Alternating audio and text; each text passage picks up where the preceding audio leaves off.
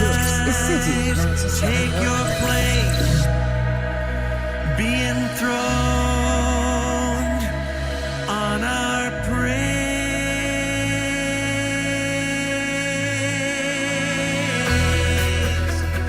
This is the Citi Breakfast Show, the city's biggest conversation.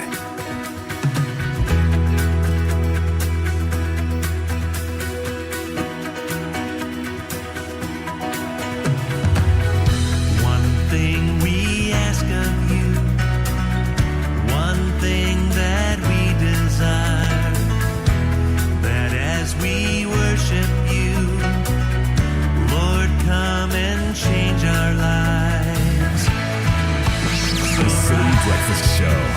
Rise above the noise. Arise, arise, arise. Take your place. Be enthroned on our praise. Arise, King of Kings, Holy God, as we sing. Arise, yes,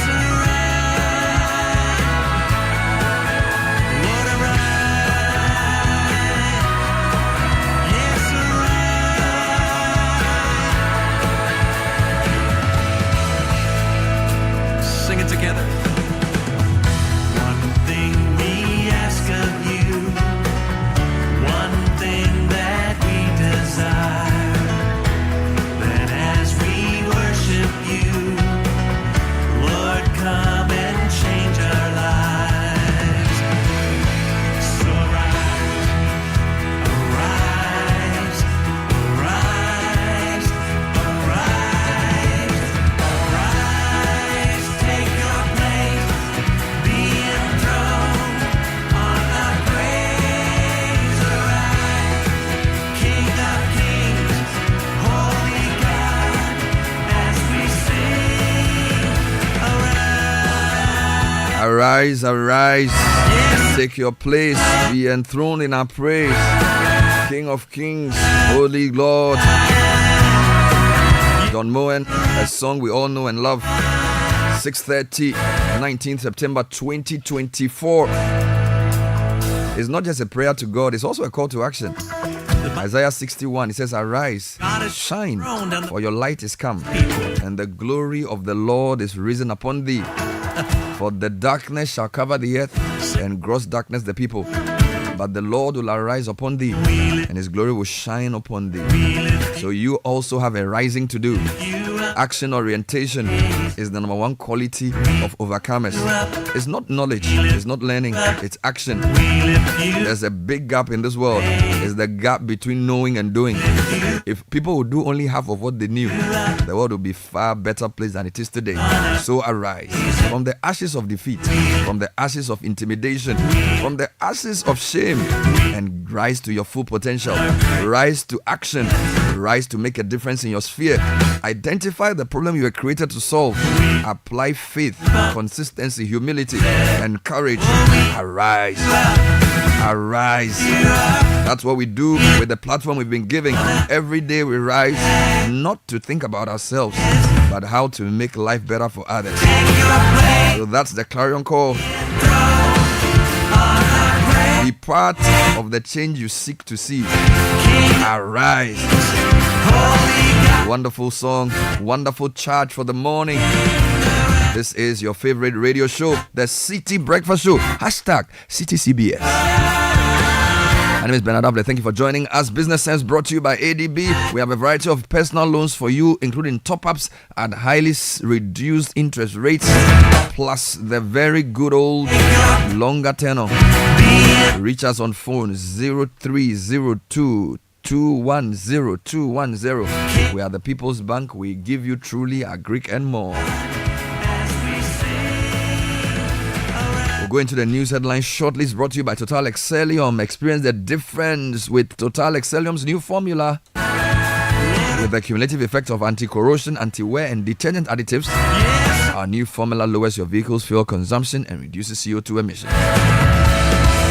It's an additive enriched 3-in-1 action. Brought to you by Total Energies. Bible says, You would drive, sir.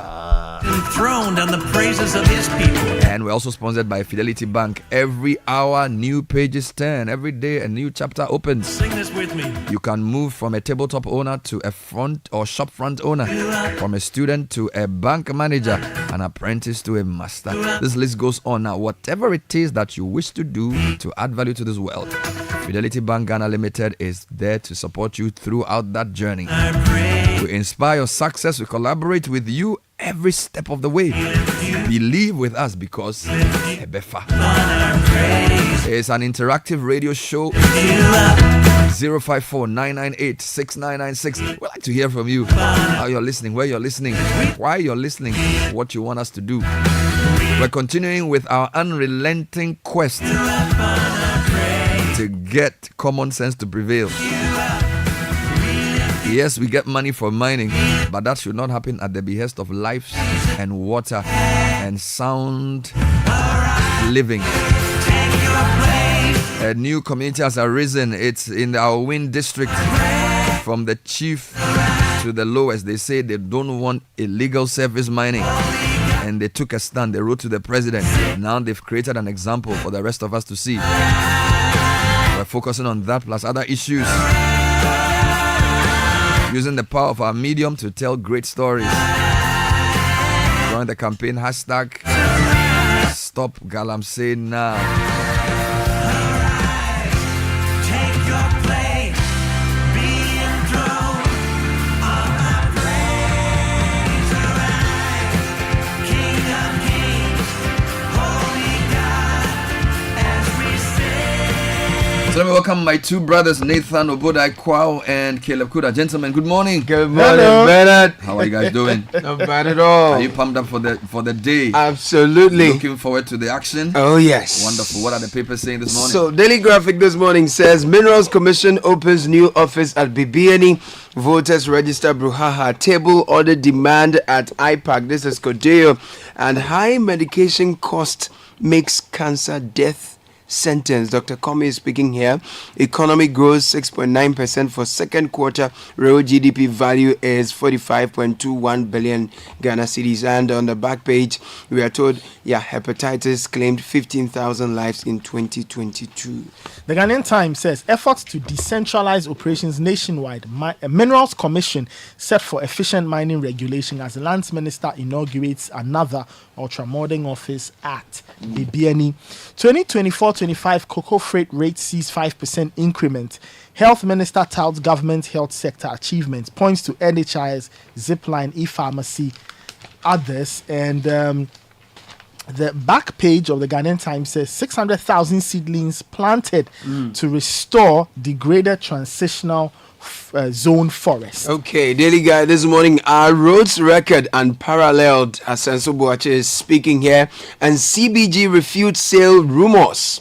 2024 elections, Baumia pushes for ideas, not insults. Minister opens 16 public employment centers. Health infrastructure investment remarkable. This is Dr. Okoboy speaking. And again, Nana Sachs, NSA chief over CAF Stadium ban. And Stars host Sudan in Lome. It's a big question on the back page of Daily Guide. The Chronicle says Baumia Salon pledge, I will install 50,000 anti-crime cameras across Ghana. The Minerals Commission's new office is also here. And Nana Baumia achievement in the road sector is incomparable. And CBG is denying the sale of the bank. The Anchor newspaper this morning, demo at VRA office against merger with Bui Power Authority. Baumia solid mining policies attract miners as they converge at Akwetia this Friday to launch miners for Baumia. Government opens ultramodern Minerals Commission office at BBNE. Responsible miners declare 60-day crackdown on Galamseyers. Yeah, and Bernard, if you check the back page, there's an advert here, miners for Baumia. Interesting. The Daybreak newspaper, Michael Asari Bediako, appointed CEO of MIDA. Ginapo says Galamsey cartels are dodgy And Guru wins UGSRC election. Crazy. BNFT government urged to act on rampant soft drink smuggling with public health at risk. Much needed revenue lost. Reinvest royalties. Campaign gains momentum. Seeks to combat Galamsey. Empower communities as CSOs push for mining royalties to fund community development. Labadi Beach Hotel is still setting the standards after 33 years. We are told economy is up by 6.9% in Q2 of 2024. And standardization. Ghana Standards Authority shuts down company producing substandard mattress.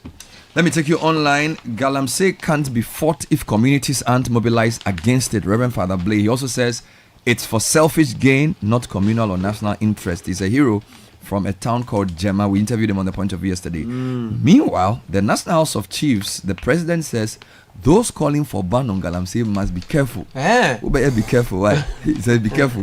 Now, meanwhile, Alan says NDC MPP not willing to fight illegal mining. He says he has the grand plan on Galamsey. Organized labor says we'll take action if government fails to act. Our ultimatum has not changed. So that's also on Galamsey. In other stories, NDC can absorb itself from Galamsey, Richard Ahiagba. And then a few more stories. CBG hasn't been sold. All this and more on Channel 1 News. City News is leading with the National House of Chiefs. He rejects calls for mining ban. This was yesterday during the commissioning of that new office. Meanwhile, on the campaign trail, Mahama pledges to construct cocoa processing facility at Kukum in Snafo South. Baumia says he'll construct mini harbor. See defense if elected president. He was speaking at Sege. Right. And then Fifi Bafu says Napo is more effective than NDC's running mate. He was speaking on Eyewitness News yesterday. Meanwhile, court places injunction on planned demo by Democracy Hub and allow audit of voters register. It needs deliverance. Go Sohini tells EC. If you go to my Joe Online, organized labor's demand is here as their lead story. Our initial demands remain unchanged. Ban Galamsey before end of September. Still on the labor front, Tewu joins FUSAG UG senior staff in indefinite strike. And then there's a very interesting article here. MP's financial sacrifice, is it worth the cost? John Ewa is quizzing. Right. It's a quiz we must all try and answer. Kufuor is fighting for PWD. He says, I never would have believed I'll be in a wheelchair a decade ago. Let's listen to what he's saying. And then majority of fisher folk want premix fuel subsidy removed.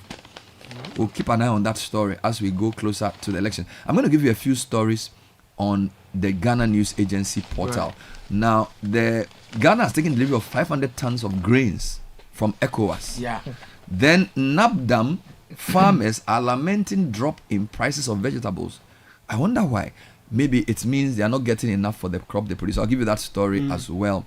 If you go to Class FM, they're leading with a Futu NDC accuses Winneba Divisional Police Commander of bias and intimidation ahead of the election. And then if you go to Star FM as well, their lead story this morning, many children in Koforidua are at risk of paralysis as poliovirus type 2 detected. Public health emergency declared. And finally, ECG on verge of bankruptcy. PURC warns of looming crisis in Ghana's energy sector. We will give you all those details. Let's start with the big ones on the main newspapers. Bernard, I will deal with illegal mining and responsible miners declare 60-day crackdown on Galamseyers. This is page 2 of the Anchor newspaper. Members of the Responsible Small-Scale Miners Association in the Ashanti region have announced a 60-day campaign aimed at eliminating illegal mining activities, otherwise known as Galamsey, along river bodies and forest reserves to protect the environment. This initiative seeks to address growing concerns over the pollution caused by unauthorized miners who have tarnished the reputation of legitimate small-scale miners. Now, if you go to page 11 of BNFT, the angle says small-scale miners rejects calls for mining freeze. Elizabeth Punsu from Kumasi writes that a group calling itself the Responsible Small-Scale Miners Association has publicly rejected calls for a blanket freeze on all forms of mining, stating that such demands would unfairly punish legal and responsible miners. This concern comes in response to recent appeals from the TUC and other groups urging government to halt mining activities as part of the fight against illegal mining. So the president is Philip Bauer.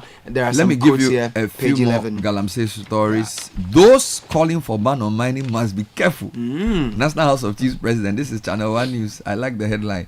So, President of the National House of Chiefs, Ojiahoho Yaojibi II, says calls for a total ban on mining should not be adhered to. Now, he says Ghana risks losing millions of dollars if mining is banned. He was speaking at the commission of the New Minerals Commission office in Western North region. He said calls for a declaration of a state of emergency are also untenable.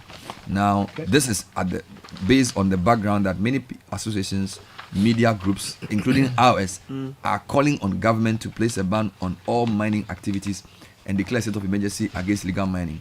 Now, I don't know if Ojiahoho knows that a chief in a town rejected inducements to the tune of 1 million cedis to prevent mining in his community. Now, let's take two more stories. Galamsey is for selfish gain, not communal or national interest. Reverend Father Blay. So this is a researcher who's done research on Galamsey. He's also a priest and a community mobilizer. Reverend Father Joseph Kwame Blay has strongly condemned illegal mining activities known as Galamsey, stating that they are driven by selfish interests rather than the national or communal good. He was speaking on a point of view yesterday. He highlighted the detrimental impact of Galamsey on communities and environment. He also said something that I thought was quite interesting. He says Galamsey can't be fought if communities are not mobilized against it.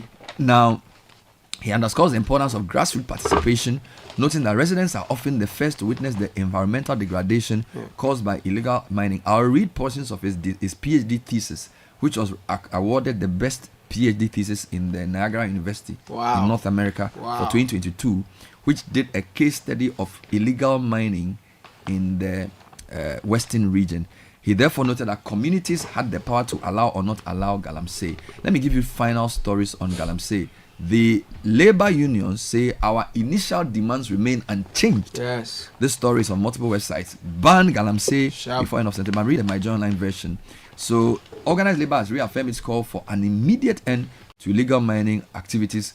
The group emphasizes position during a meeting held yesterday or 2 days ago with the ad hoc interministerial committee established by the president to tackle the illegal mining. Organized labor remains steadfast in its demand for effective and lasting solutions to the Galamsey problem. Talking about that, Alan Chemartin, who's the presidential candidate of the Alliance for Revolutionary Coalition, he says if he's elected into office, he will roll out a robust and comprehensive plan to tackle illegal mining activities in the country, popularly referred to as Galamsey. He says his plan is part of a larger 10-point plan, which is to deal with Galamsey, and one of it is to help young people in Galamsey to set up their own mining companies. And he says the 10-point plan starts with a complete ban in year 1 on small scale and community mining, and he said that he would further clamp down on illegal mining activities, and the machines used would also be demobilized. Right. Bernard, I think a lot of people know that the FGR Bogoso Prestia mining lease has been terminated.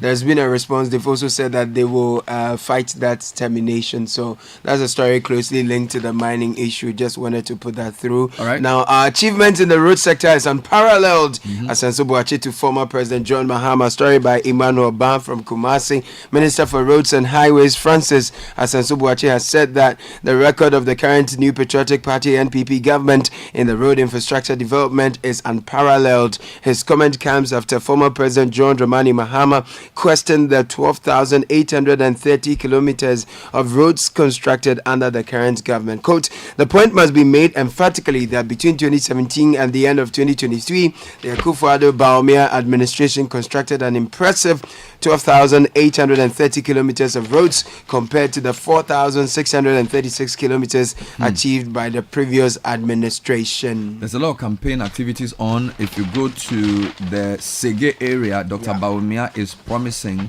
to build a mini harbor and sea defense if elected. So Flagbearer of the MPP has pledged to construct a sea defense system and a mini harbor for the people of Sege if he's elected as the next president of Ghana. He said his promise is aimed at addressing the devastating impact of tidal waves that have plagued Sege and its surrounding areas for years, as well as fostering economic growth by improving infrastructure for the local fishing industry. Now, he was speaking to a gathering of chiefs, traditional leaders, and people of Sege during his tour of the Greater Accra region, and then he spoke of the urgent need for development in the coastal town. Now, not to be outdone, the NDC flag bearer, is pledging to construct cocoa processing facilities at Kukuom. We need to ask them where the monies will come from. But for now, they are promising. Flag bearer of NDC has promised to build a cocoa processing factory in Kukuom, located in Esinafu South. Speaking at a campaign stop in the Afo region, he reiterated his commitment to tackling the pervasive issue of youth unemployment while driving regional development across the country. He also spoke about his 24-hour economy, and he says it aims to tap into Ghana's growing population, ensuring that sectors such as manufacturing, processing, logistics, and services can operate around the clock. Okay, talking about the campaign promises, Dr. Bawumia is here on page 3 of the Chronicle, and he says he will install 50,000 more cameras to deal with crimes in communities. And the pledge is contained in the MPP's manifesto, where it outlines plans to deepen the safety and security of communities and homes across the nation. And all of that is part of a program called the Safe Neighborhoods Program. And Dr. Bawumia says 11,000 cameras have already been installed, and he's going to add 50,000 more. But I bring you back to the anchor. 2 stories of interest. NAPCO trainees petition Peace Council over unpaid alawa, threatened to demonstrate at the Jubilee House before the December 7 poll. So that headline is just self-explanatory. Now, victims still struggling a year after Akosombo Dam spillage.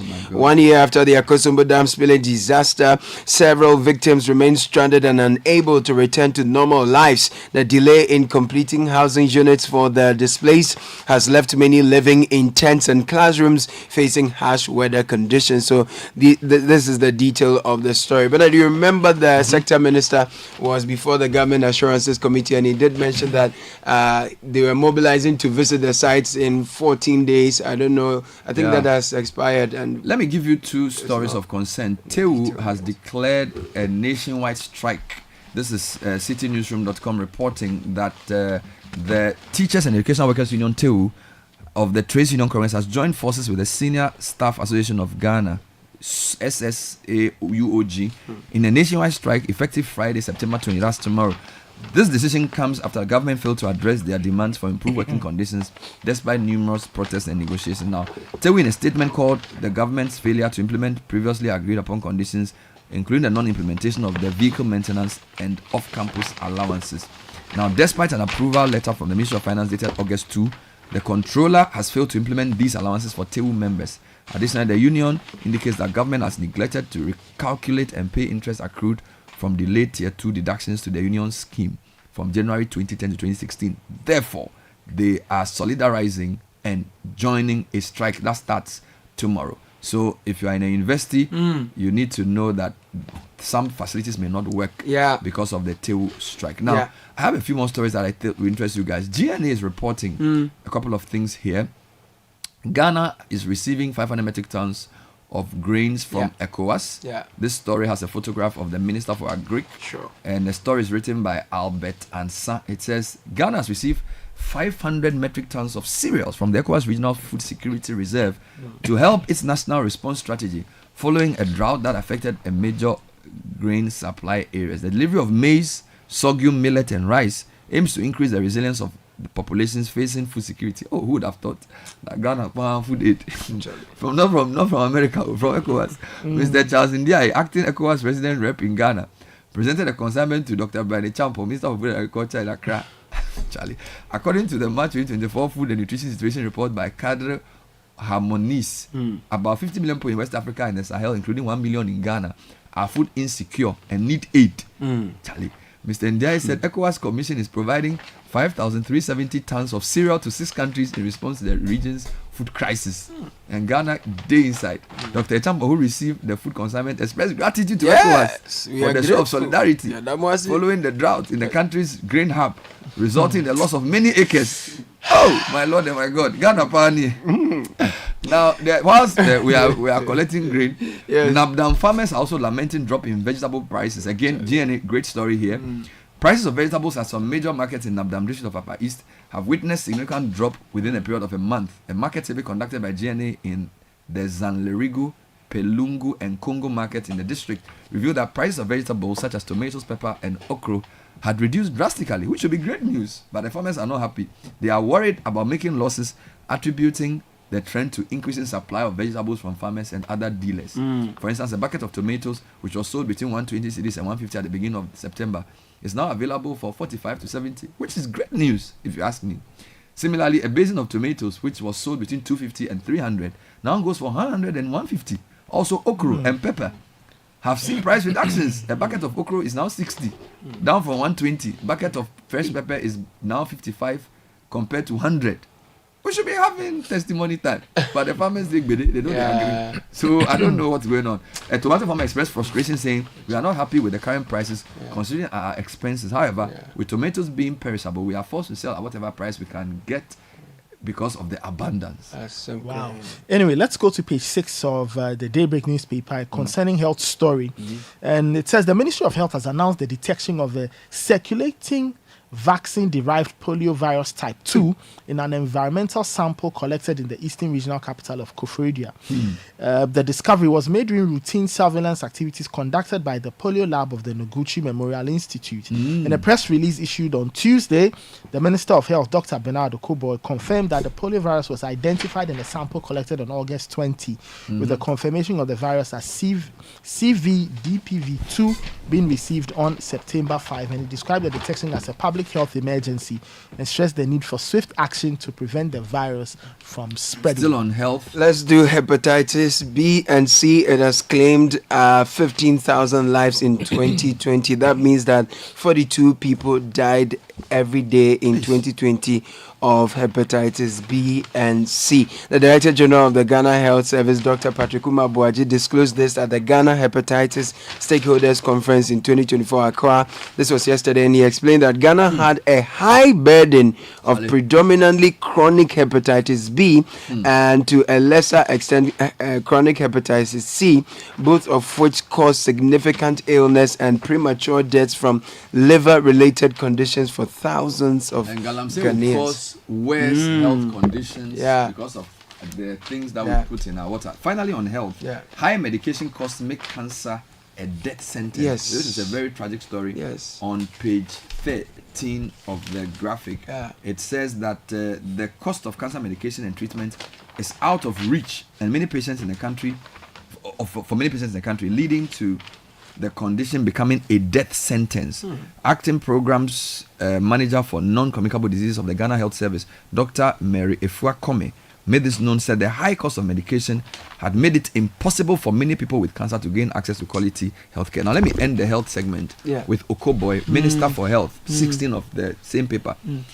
Health Ministry to roll out major herbal medicines onto NHIS. I think it's a great story. The Ministry of Health is to roll out major herbal medicines onto the National Health Insurance Scheme to complement orthodox drugs administration to provide options for patients.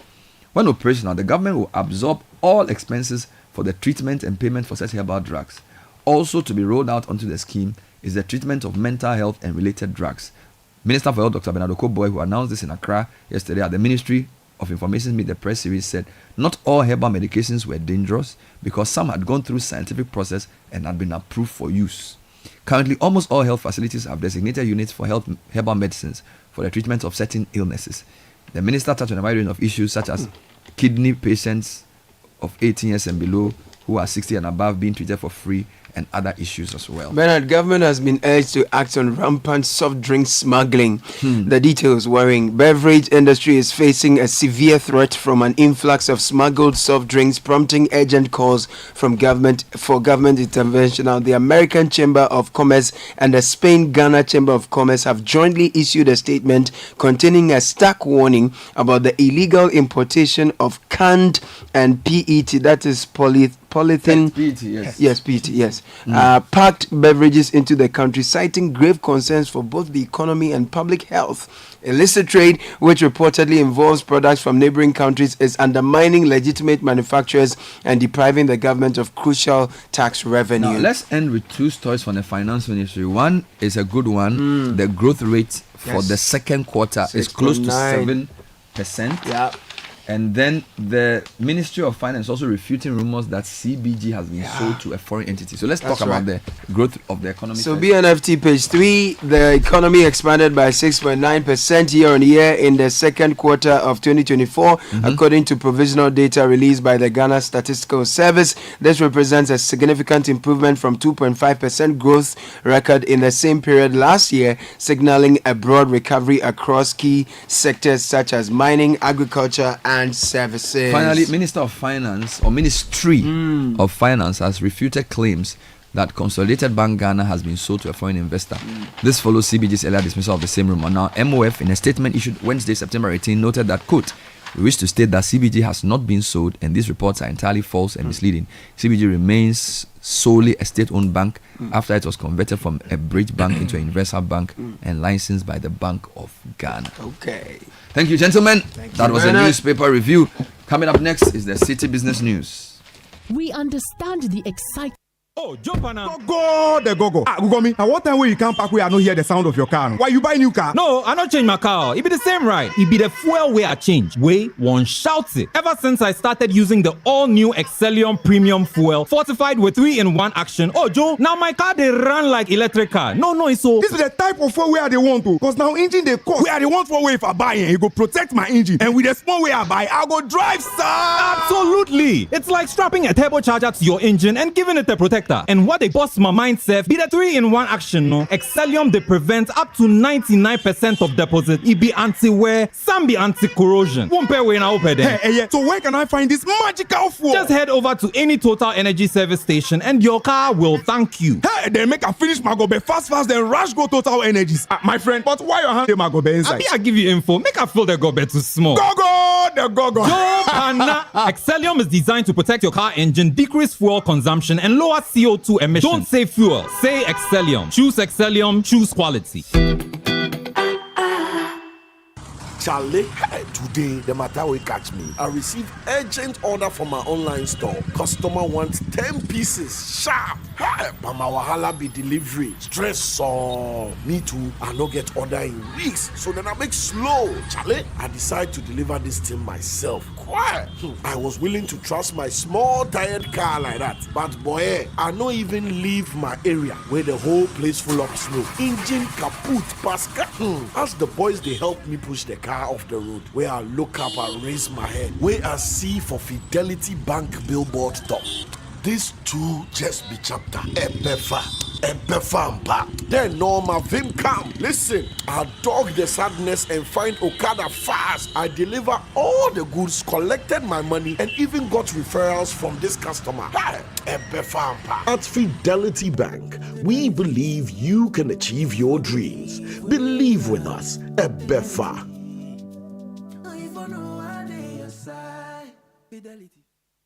This is the Citi Breakfast Show, the city's biggest conversation.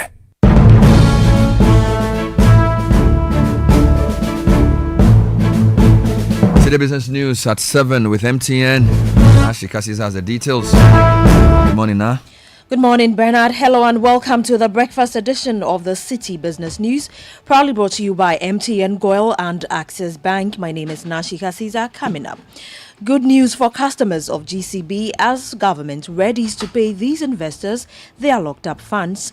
Also coming up, government affirms financial stability of Consolidated Bank Ghana Limited after CBG management dispels claims the bank has been sold to a foreign investor.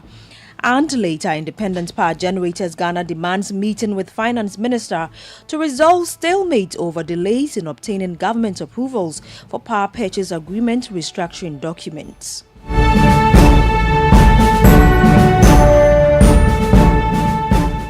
We settle for the details of our stories now. Customers said to benefit from the government bailout package for investors of locked-up funds will have their account credited soon. This follows the conclusion of engagements between GCB Capital as a lead fund manager and the investors over the roadmap for the first tranche of payment. The finalization of the terms means the funds are expected to be received by end of September. Here's what Citi Business News has been picking up from these engagements.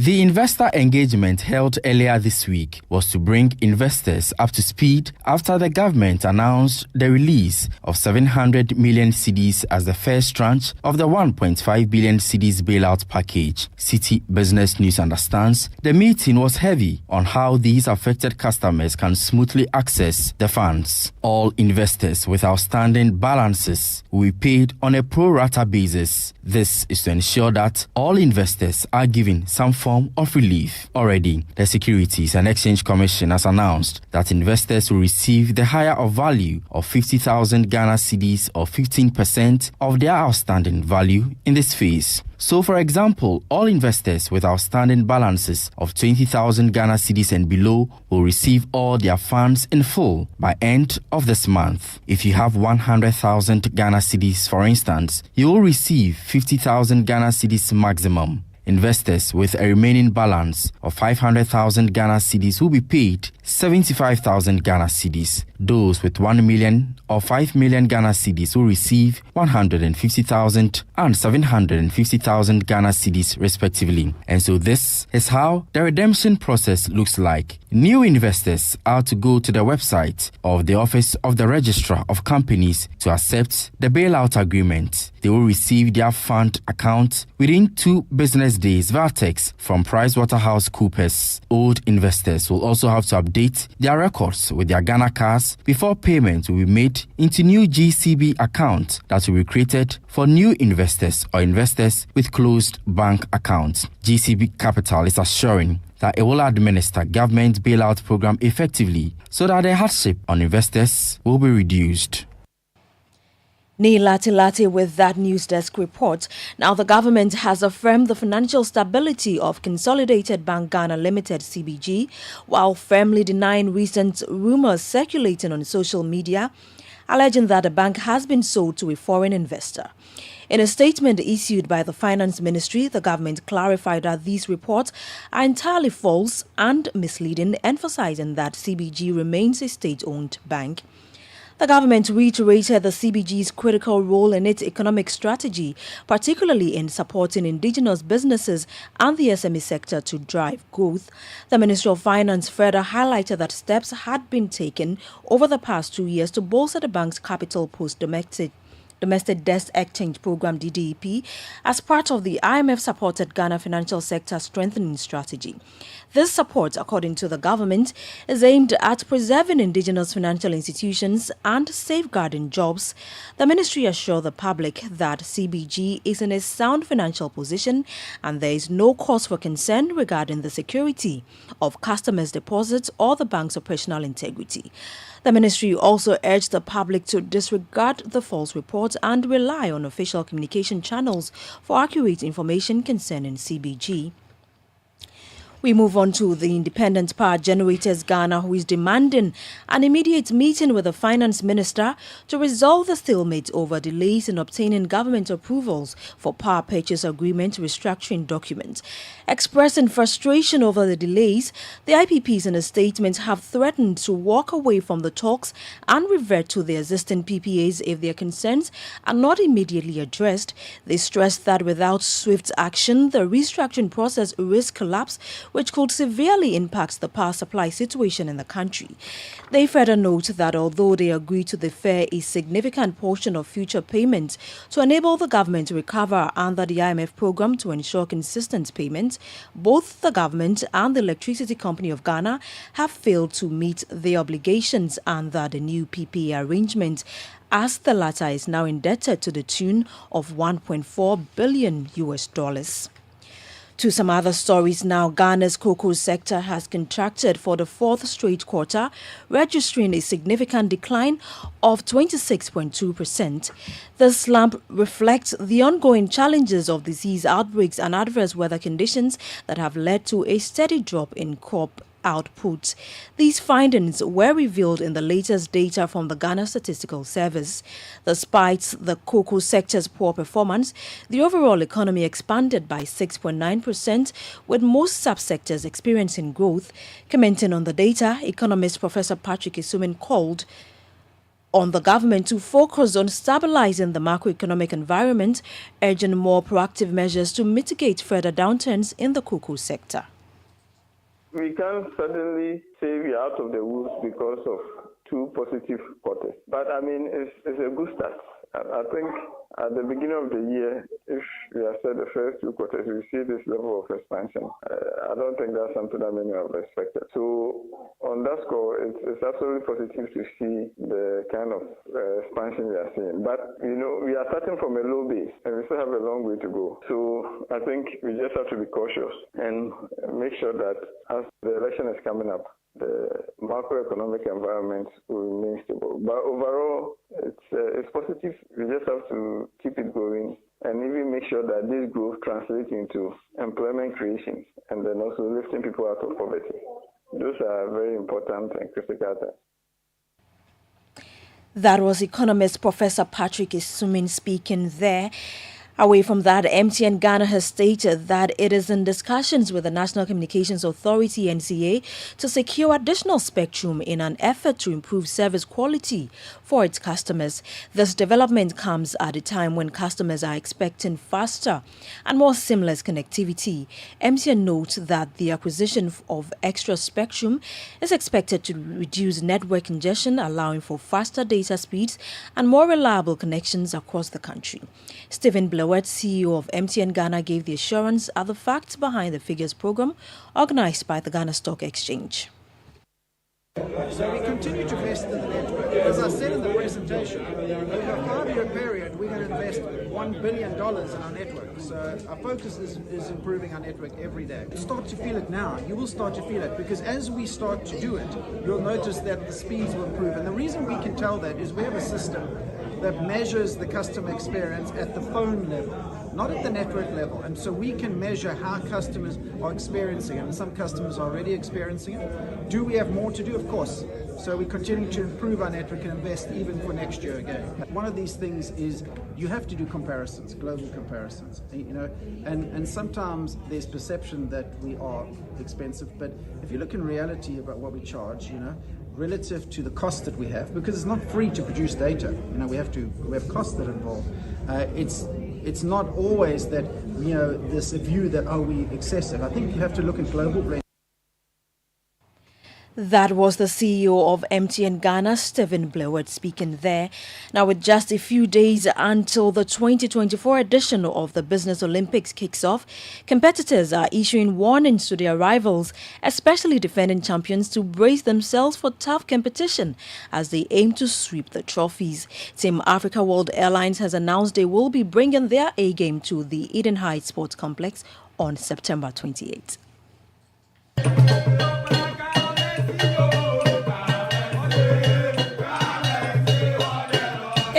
In a week, corporate Ghana will gather for the country's biggest sporting event as businesses step away from the office to engage in intense competition, team building, and networking. The 2024 Business Olympics, organized by Citi FM and Channel One TV, is set for Saturday, September 28, 2024 at the Eden Heights Sports Complex in Accra. Participants will compete in a wide range of activities including basketball, 7-a-side football, lime and spoon, sack race, arm wrestling, tug of war, ludo, chess, owari, and wrestling. A special CEO's challenge will also take place where the company leaders will compete head-to-head. Team Africa World Airline has confidently stated they are the ones to beat this year. So last year we won the long tennis, which was our first time to come into this competition, and you know, we took away the long tennis. Wow. And this year we are coming to defend that title. What other trophies are you eyeing? The football, the basketball, and the volleyball. Fema Edunyami, the head of events and partnerships at Citi FM and Channel One TV, has urged the interested companies to secure their slot quickly. I know that we spoke to some companies a couple of days ago, and they were even out already, you know, training and all. So yeah, people are really preparing, and so we are calling on all those who have won trophies in the past years. Strengthen yourselves because others are coming in, and they are going to be dethroning you. That was the head of partnerships at Citi FM and Channel 1 TV, Frema Idunyami, ending that report. Now, on the forex market today, the dollar could be sold to you at 15 cedis 50 pesos, the British pound at 20 cedis 64 pesos, and the euro at 17 cedis 40 pesos. And that's it for the breakfast edition of the City Business News, proudly brought to you by MTN Goil and Access Bank. My name is Nashika Caesar. Many thanks for spending your time with me. Do have a great business day. The other day, I visited Kweku at his spunky new office to congratulate him on opening his business. And man, was I impressed. The business is just moving quick. The sales, customers, everything is just working seamlessly. The secret? He said, it's MTN Business Broadband. In this fast-paced environment, we need fast and reliable internet to support all business types. No laggy online meetings, great download and upload speeds, impeccable business management systems, all inclusive. I mean, you can have it all. Sharp! I signed on immediately. To enable your business stay ahead and stay connected, make sure you're signed on to the best internet made just for businesses. MTN Business Broadband. Sign up today on broadband.mtn.com.gh and manage your account on my MTN app. Call 0244 308 111 for more information. We are good together everywhere you go.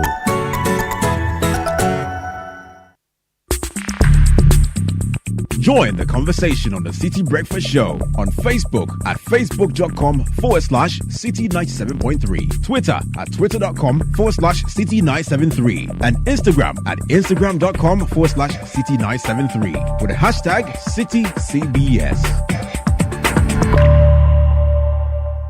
We understand the excitement and preparations that comes when your child gains admission into senior high school. But we at the Agricultural Development Bank, ADB PLC, also understand the financial burden this comes with. The chop box, trunk, school mattress, you name it. That's why we have partnered with Prospectus Ghana Limited to offer financial support for parents by introducing the ADB Quick Purchase. With a smart loan of up to 20,000 Ghana cedis, you can pick up all the items on your child's prospectus for school. ADB PLC offers you a repayment plan of 12 months to relieve you of all that heavy financial burden. Every ADB customer who receives their salaries through the bank, military and police personnel, and all other workers on the Controller and Accountant General's payroll qualify for this facility. Walk into any ADB branch nationwide or any Prospectus Ghana Limited office near you to apply for the ADB Quick Purchase. Terms and conditions apply. ADB, the People's Bank. ADB, truly a Greek and more. Join the conversation on the Citi Breakfast Show on Facebook at facebook.com/Citi97.3, Twitter at twitter.com/Citi973, and Instagram at instagram.com/Citi973 with the hashtag CityCBS. The Citi Breakfast Show. Rise above the noise. 14 after 7, and MTN says get ready for a game changer as an SME.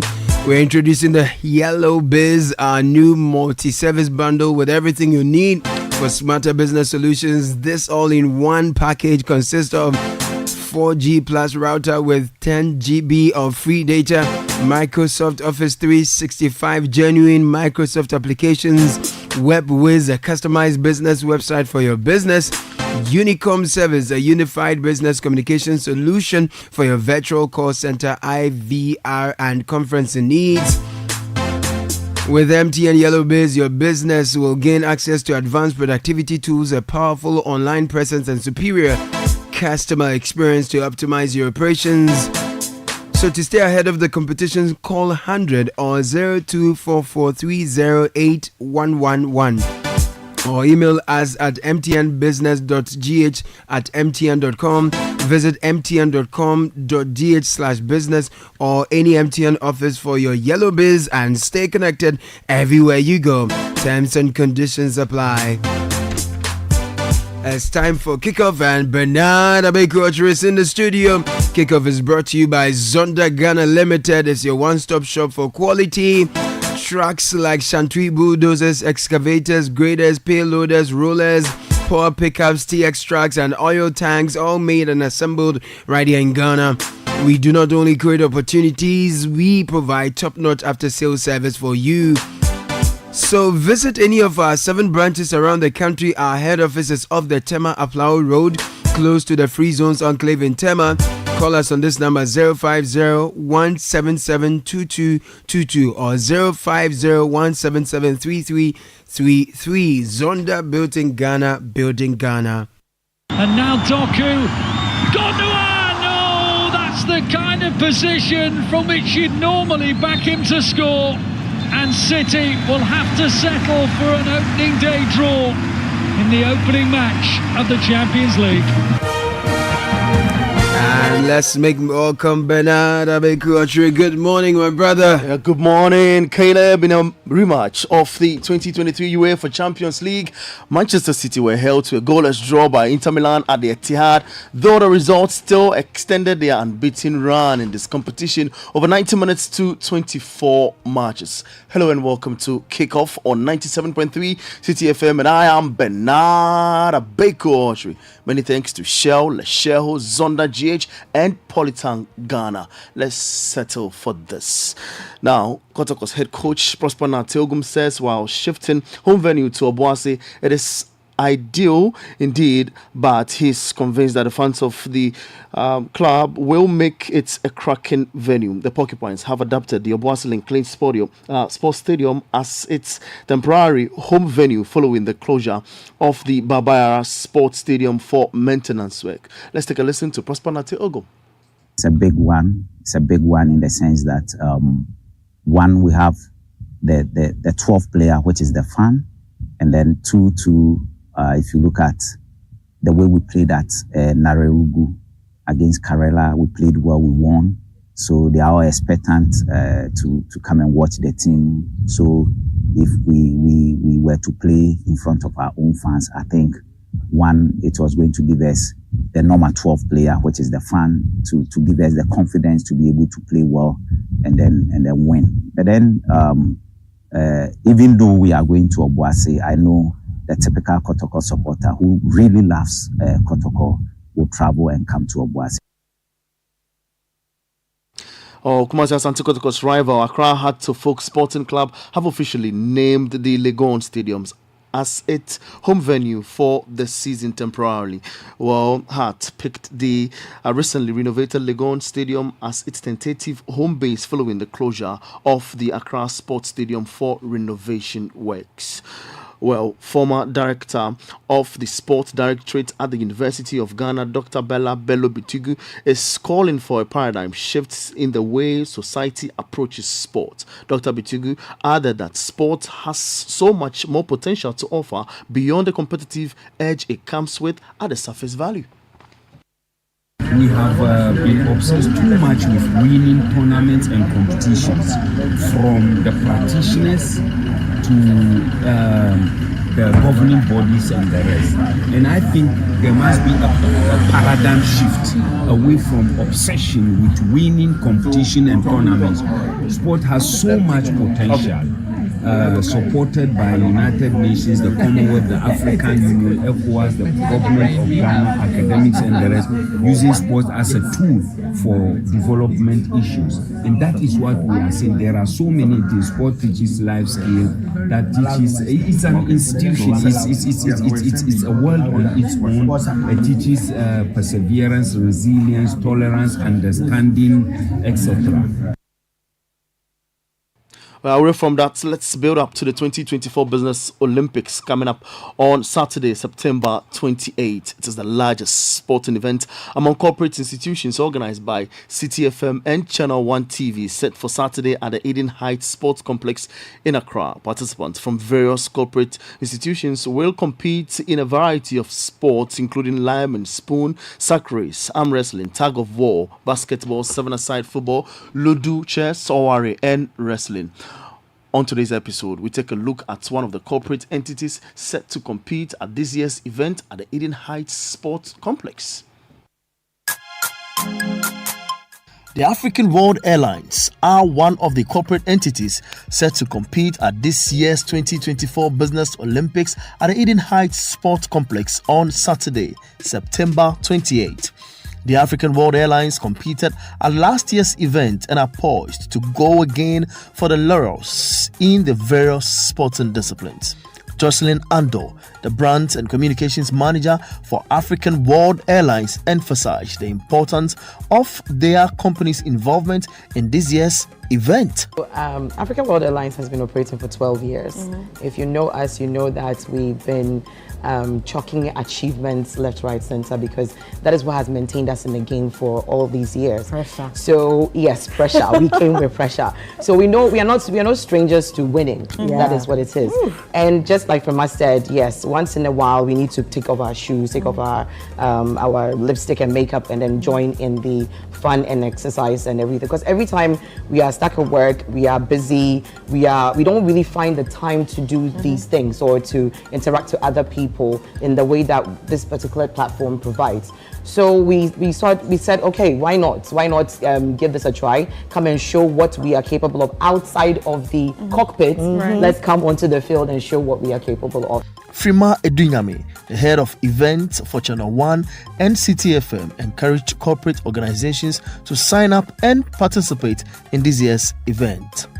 Oh, quite a number. Well, it's I know that companies will be disappointed as usual, because we all the time say that we are last minute people, and we say that with pride, and that's how come every time people are crying, because we are not last minute people. A lot of preparations, a lot of planning goes into events like this, and so for those of you, we are almost there. I mean, the number that we are expecting, we don't really put deadlines out. People call and they ask, so when is the deadline? We don't have deadline.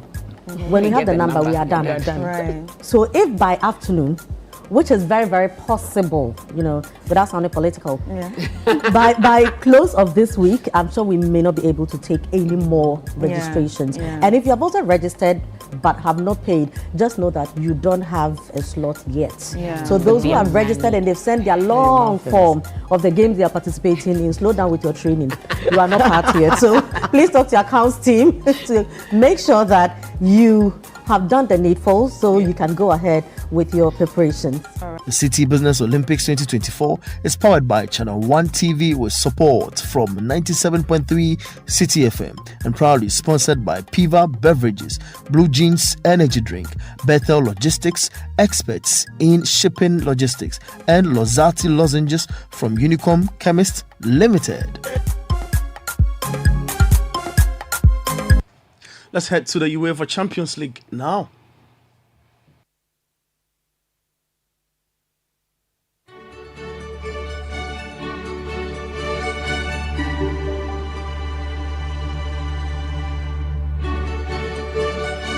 Our Bologna's winless start to the 2024-2025 season stretched to 5 matches with a goalless draw in the UEFA Champions League open against Shakhtar Donetsk, who have now won just one of their previous 11 matches involving Italian opposition. Sparta Prague marked their long-awaited return to the UEFA Champions League with a resounding 3-0 victory over RB Salzburg, extending their impressive starts to the campaign to 14 matches unbeaten, 12 wins and 2 draws. Celtic won their opening match of their UEFA Champions League campaign for the first time since 2001 following a dominant 5-1 success over SK Slovan Bratislava, marking just a 4th win in their last 33 games in the competition. While Borussia Dortmund's boss Nuri Sahin enjoyed a winning start to a UEFA Champions League campaign as a double strike from substitute Jamie helped give Borussia Dortmund a 3-0 victory at the Jean Bedel Stadium. Paris Saint-Germain also began their campaign with a 1-0 win. Manchester City were held to a 0-0 draw by a spirited Inter side in their Premier League champions, as well as the Premier League champions endured a frustrating start to their UEFA Champions League campaign. We can now hear from Pep Guardiola, who's Manchester City's boss. We play so good. I love my team. We are a fantastic team. So against that team, they defend really, really well. So they're masters of defending, and the transition are really, really strong as well. We concede, one and a half chances, and we create, so you cannot expect create 20 chances when the team defend 11 players so deep and making so help between each other. So I'm really, really pleased for the performance we have done. What did you like the most about it? Everything, absolutely everything. Well, later tonight is Red Star Belgrade versus Benfica, 4:45. Feyenoord versus Bayern Leverkusen at the same time. It's Atalanta up against Arsenal at 7 p.m. and Madrid versus Leipzig at 7 p.m. as well. And it's Brest versus Sturm Graz. Monaco are up against Barcelona also at 7 p.m. Wrap up with some boxing, and Anthony Joshua and Daniel Dubois gave a first glimpse of their preparation for Saturday's IBF Heavyweight World title at their public workout at the Wembley Arena. Let's take a listen to Anthony Joshua. So there's a time when you're standing behind the curtains or you're standing behind the big screen. Little do the people know in front of that big screen that you're waiting there. They know you're coming, but they don't know when you're coming. And then one of the production teams say, AJ, 10 seconds. And I say, I'm ready. And they open that screen and I step out into 96,000 people roaring. And it's my gladiatorial moment when it's me versus one man in the ring to prove who the best is. And that's when I find it spine tingling. I'm like, let's go. Oh, that's the very latest in the world of sport. For more sports stories, log on to citysportsonline.com. Thanks to Shell, Leshell, Zonda GH, and Politan Ghana. We are back later at 5 p.m. with Sports Flash. I am Bernard Abeku. Archery Sports is live. Get involved. Hey, well, yo, I did tire for Abu Chef. See, everything I do, Abu won't do some. Last year, I bought a cattle farm in Yanton. I see he go buy a farm next to mine. I marry Fauzia. No, he marries Fauzia's sister. I buy my motorbike. I see no, he go buy motorbike too. Hey, but you don't see say since you buy your bike, he has bought 4 motorbikes, which have all broken down. You know they maintain bikes at all. His problem be say he dey put wrong lubricant for his bike inside. The correct motorbike oil where if you put inside be Shell Advanced Lubricant. Shell Advanced Lubricant be the only motorbike oil where they make them for motorbike to protect engine, clutch and brake. Where no. Wait me, wallahi, I no go tell him. Shell. Hey, well, but wait, where you go? If you don't go tell Abu, me I go tell him say make you use Shell Advanced Lubricant for him bike. Hey, visit any Shell station or distributor today to get your Shell Advanced Lubricant for your motorbike. Shell Advance, complete protection for your bike. Guys, Charlie, you know that mining contract I've been chasing for years now? I just got awarded the deal. But the issue is where to get the right and quality heavy-duty trucks to execute this job here in Ghana. Relax, my guy. Remember my recent construction deal at Pokwase? Zonda sorted me out. Zonda? What? Who is that? Zonda Tech Ghana Limited is your one-stop shop for machinery, heavy and light-duty trucks, and pickups. They have the Shantui bulldozers, graders, payloaders, rollers, power pickups, 4-land light trucks, TX trucks, and oil tanks. Made and assembled right here in Ghana with top-notch after-sale service and standard prices. Made in Ghana. This is amazing. You haven't seen my Zonda Power Pickup, which I take to the office. Strong, durable, and tough on our roads. Hey, that's from Zonda too? Absolutely. Zonda is the right place for you, my guy. Oh, now I am sorted with Zonda. Zonda Tech Ghana Limited, your solution for heavy and light-duty trucks. Located at Tema, off their Flower Road. Call 0501-772-222 or 0501-773-333. Zonda, built in Ghana, building Ghana. In a world where only the best survives, you need a fuel that can match your drive. A fuel with unparalleled protection for your engine, superior efficiency, and unrivaled performance. A fuel so unbeatable, when you get behind the wheel, you'll focus on what really matters. The journey ahead. That fuel is Shell V-Power. Because no other fuel gives your engine better protection, better efficiency, and better performance. Be unbeatable. Drive unbeatable. Shell V-Power. Shell. Go well.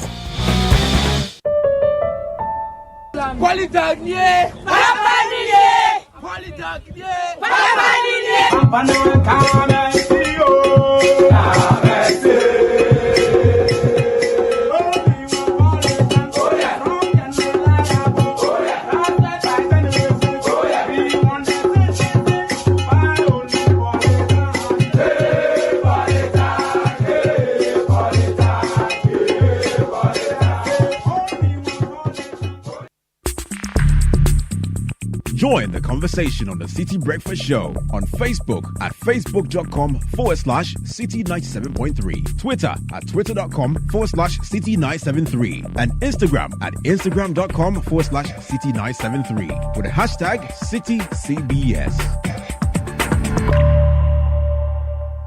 The Births and Deaths Registry beckons all of us to forge a future where every death is duly recorded and every Ghanaian life is cherished and remembered. To help capture these moments, registration is absolutely free up to 10 days after losing a loved one. For registration of deaths, make sure to have a medical certificate of cause of death or the coroner's report. Remember that registering deaths is not just a formality, but a way to cherish the memories of those we hold dear and leave a lasting legacy for future generations. This may seem like a small step, but its impact on the entire community is immense. Our offices are open from Monday to Friday, 8:30 a.m. to 5 o'clock p.m. This message is brought to you by Births and Deaths Registry under the Ministry of Local Government, Decentralization and Rural Development, supported by the Public Sector Reform for Resource Project and the World Bank. Call 030-394-41222 or visit www.pdr.gov.gh for further details. From the first cry to bidding farewells, everyone counts. Register now. From small villages to big cities across Ghana, healthcare businesses have goals. Goals to provide better care with better equipment, to expand and better serve more communities, to build better medical labs, better clinics, and bring better healthcare to more people. Goals to help people get better. EcoBank provides your healthcare business with working capital through the EcoBank Merchant Cash Advance. EcoBank's range of bespoke asset finance solutions make buying medical equipment, expanding pharmacies and labs effortless. It's a better way to a healthier Ghana. Open an EcoBank account for a healthcare business now. Contact EcoBank via 0800-003-225 toll free or businessaccess@ecobank.com for more. A better way, a better Africa. EcoBank, the Pan-African Bank. Channel 1 TV is live on DSTV, GoTV, and HD+. On DSTV, find us on Channel 363. On GoTV, we're on Channel 117. And on HD+, get us on Channel 108. On a digital TV, run a new search. But take note that without an antenna, you cannot access Channel 1 TV. Channel 1 TV can be accessed on any free-to-air digital box, like the DSTV and HD+ boxes. Channel 1 TV, telling your story, empowering change.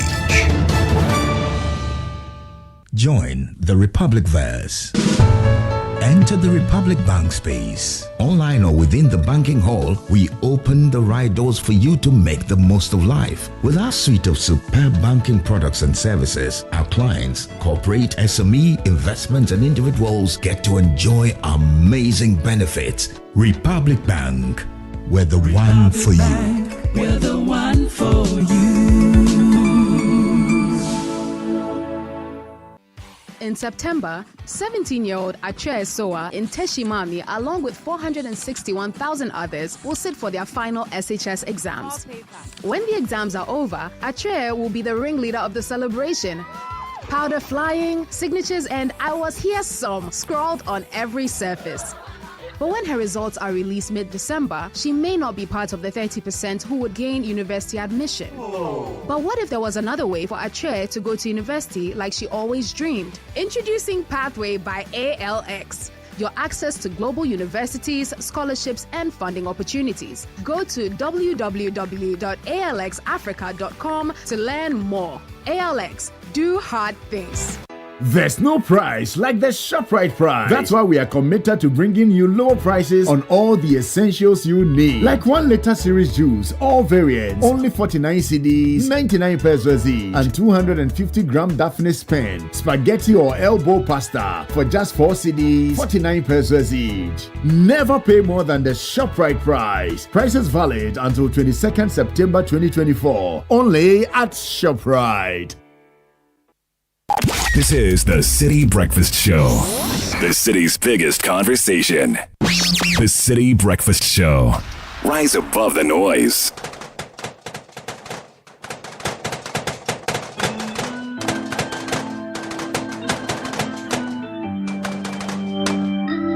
Though I walk through the valley of the shadow of death, I fear no evil, for thou art with me, thy rod with me. Rastafari, I can't forget tonight. The power of relevant radio. This is Citi 97.3. Light is in the air. Citi 97.3. On the borderline, who'll be the next to fire? 41 shots by the Allo side. You said he reached her, but he didn't have no peace, sir. But now he rests in peace, sir, in the belly of the beast, sir. You guys are vampires in the middle of the night, sucking on human blood. Is that your appetite? You said he reached her, but he didn't have no peace, sir. But now he rests in peace, sir, in the belly of the beast, sir. Have you ever been shot 41 times? Have you ever screamed and no one heard you cry? Have you ever died only so you can live? Have you ever lived only so you can die again, then be born again from these enemies on the borderline? Who'll be the next to fire? 41 shots by the hollow side. You said he reached her, but he didn't have no peace, sir. But now he rests in peace, sir, in the belly of the beast, sir. You guys are vampires in the middle of the night, sucking on human blood. Is that your appetite, sir? You said he reached her, but he didn't have no peace, sir. But now he rests in peace, sir, in the belly of the beast, sir. Diallo, Diallo, similar to Stephen Biko. Diallo, Diallo, you told me the murder was an error. Diallo, Diallo, but every man will be judged. 7:39. Diallo, For every man will be judged according to his word. But there are three certainties. Have you ever Birth is painful, life is hard, death is certain. But that doesn't mean it should be reckless or at the behest of killers. Not even scientists can reveal. Every man will be born, every man will die. Wyclef Jean with a great one in memory of Amadou Diallo. We want equal rights and justice. And of course, But Diallo, Diallo, if we want to see change, we must initiate it. We need men of conscience, men of integrity, men of substance. tell me that the murder was an error. Diallo, Diallo, but every man will be judged. Diallo, Diallo. And I have two heroes for the morning. One I interviewed yesterday on the point of view. You told me Reverend Father Joseph Kwame Blay, a PhD researcher, a Catholic friar, or a priest who works in poor communities, and a community mobilizer who managed to get the people of Jema Town to petition the president to take a stand against small-scale mining. They listed 13 reasons why they did not want small-scale surface mining or mining of any kind in their town. And the chief, Nana Enoku Ano, who refused. You said he reached her, but he 3 attempts to bribe him. Now, it's one thing refusing a first attempt, 250,000 cedis. Second one, 350,000. Third one, 700,000 cedis. You guys are He refused to take it. They wanted to send him to South Africa for medical treatment. He said no. And they co-signed a petition to the president not to release any part of their territorial land for mining, which will destroy the perennial economic benefits the country can get from the land. Yes. But every man will be. Some people may not be celebrated while we are here, but they etch their work in the sands of time. Don't choose the pleasure of immediate gratification over securing the future for the next generation. We'll come back to this later.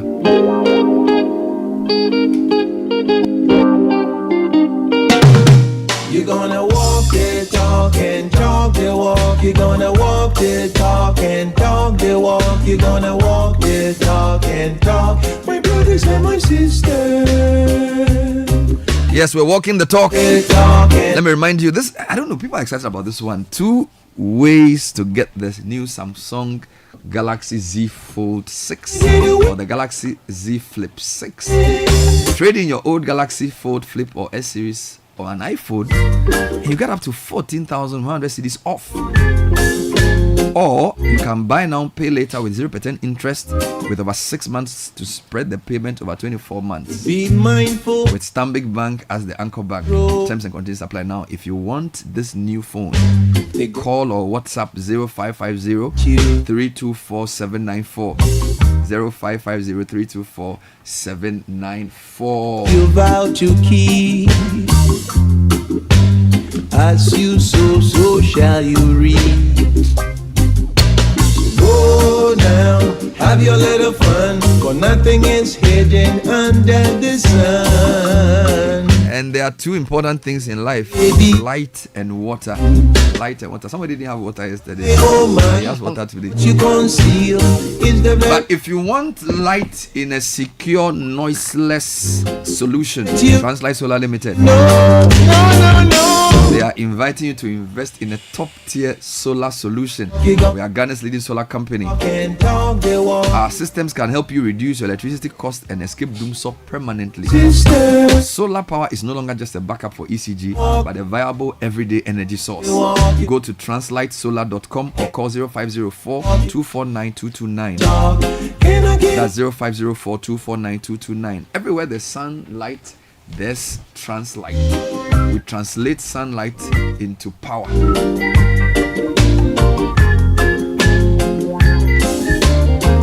And there's a new order of retirement. You can retire on your own terms with a guaranteed monthly income for the rest of your life. Simply invest a lump sum into the Old Mutual Retirement Salary Plan today and start receiving monthly income to enjoy the perfect retirement. Call Old Mutual on 0504 534 444 or visit oldmutual.com.gh or simply dial *789 *01# to request a call. Old Mutual or Brapa Ahuntonkwa. Two of my favorite people are sitting in front of me. One came back from UK, the other is in Ghana, but she also went to Singapore. They are Charlie powerful people. Charlie members, they enjoy you. Regis guy, welcome back to the show. Thank you. Talk like you love a banana. For what you oh, my idea you would there. English blue chewed Oxford. Oxford. Yes. Look about you're a big man. You went to Oxford University. You're a strong man. Did you bring me Agba Mekano? What did you bring? I called them me. What did you bring? Toffee.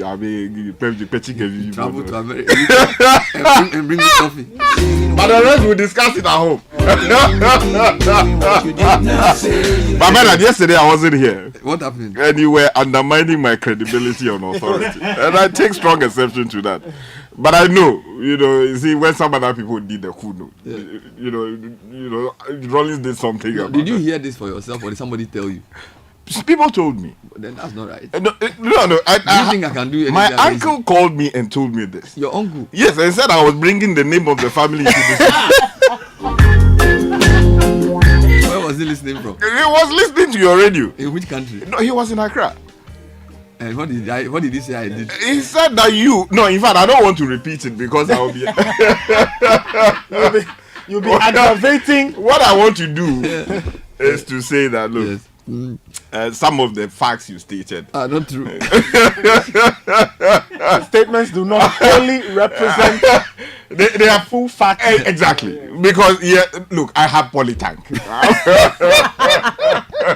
I have polytank, and ideally, water should be running through the tap. And I've always thought water. Yes. But that's where the problem is.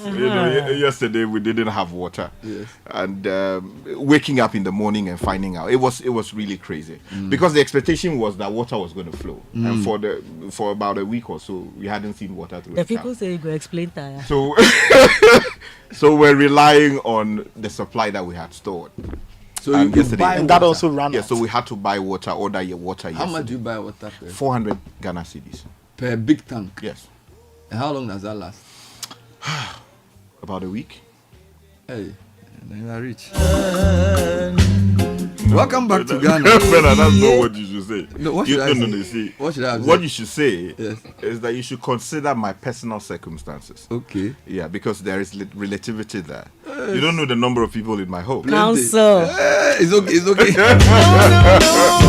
You gonna walk. Somebody say, Sky, walk husband, I'll back to Ghana. And then when you're Oxford pass, so go see, and then you come back to Ghana without water. Hey, this one. Welcome back to the show. It tells you how committed we are to the No, you are committed to the cause. Yeah, that's the difficult. Very, very committed to the cause. Because every day, you get temptations, but we want to finish the work. Yes, that's what started. Yeah, that's the only over God and country. That's what it is. I also have reminded Yami here, who's just breezing through. As for you there, you Charlie, you just come and pass through and you go. Yeah. Calmly. It's tomorrow that you come on properly for the branch in the city. Frema is our head of events, and when Frema is here, it means there's something big happening. And I just wanted you to give us the highlights again. Tomorrow is the 20th of September. That means tomorrow will be exactly 8 days to the City Business Olympics. It's happening on Saturday the 28th. Yes. So why are you excited about it? Well, why am I not excited about it? I mean, we have everything to be happy about. I've seen you in some video. I've seen Vivian in some video, and I think you were standing in the middle of the park. Yeah. What were you doing? Well, I was trying to kick a football. Did you ever do sports in your life? I tried once. It didn't go well, so I'm disappointed because the way you are, you should be a sports person. No, but the sports people also need people to ginger them on. It is our calling. When I think you were trim. Very, very. Yeah, you look as if around 1,005. I tried, I think 400. I didn't really know the technique. So when we started, I was last but one. The funny one is when you are running, you realize you are going back. You think you are running, but you are standing at one place. You are marking time. I know that sports. So you didn't do any sport at all? Sports is not my calling. But Vivian was playing tennis. Yes. She actually does play tennis. Yeah. But that's still, she was pretending to No, she plays tennis. Oh, I see. Very She good. actually plays tennis. Oh, that's good. So you don't do any sport? I do brisk walking, so saying. Do you swim? Where I come from, I won't try. No. Okay. Say something else. I beg you, don't swim. Do you play table tennis? No, but I try small basketball because of my sons. Your kids play basketball? They are tall. Yes, they play basketball. So sometimes I have to, when they need, when one is not around, I have to stand in the gap, for that person. So I have to bounce so now I can shoot, I can, dance small. But you play Owari? Oh, I know Owari. Yes. You play draft? I play draft. I have to meet you one day because I also play draft. We need a session. Me chow.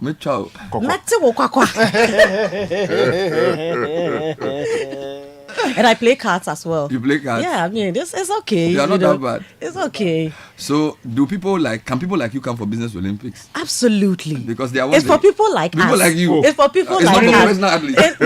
It's for people like us. Okay, then we are okay. Exactly. Because we do so much hard work, and the difficult thing is when your mind is tired, it affects everything. Okay. So once a while, we need to pause.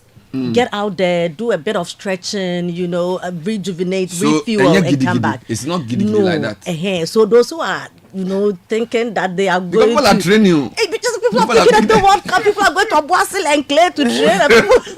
People are, I mean, Etihad and Stamford Bridge. Even though it's competitive, it's not that wild. It's not giddy It's like not giddy that. like It's that. a fun day. Don't come and get massive It's fun games. Yeah, don't come and die on us. The thing about sports is that if you don't train and then you come and do giddy, it will expose you.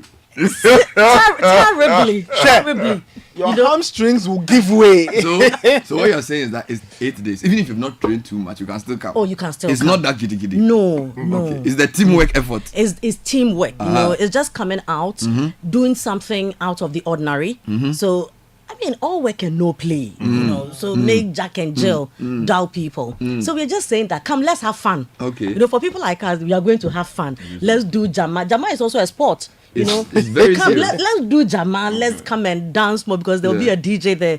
So some of us, we are not doing 7-a-side. We are not doing volleyball. We are cheering people on. Would they still do the aerobics at the beginning? Oh yes. You know that one is very good. When we come, they will be like, we'll stand in a long one logo line, and then we'll do aerobics. Exactly. You know, that's for all of us. Yeah, you know aerobics. That's why they do Alimina exercise.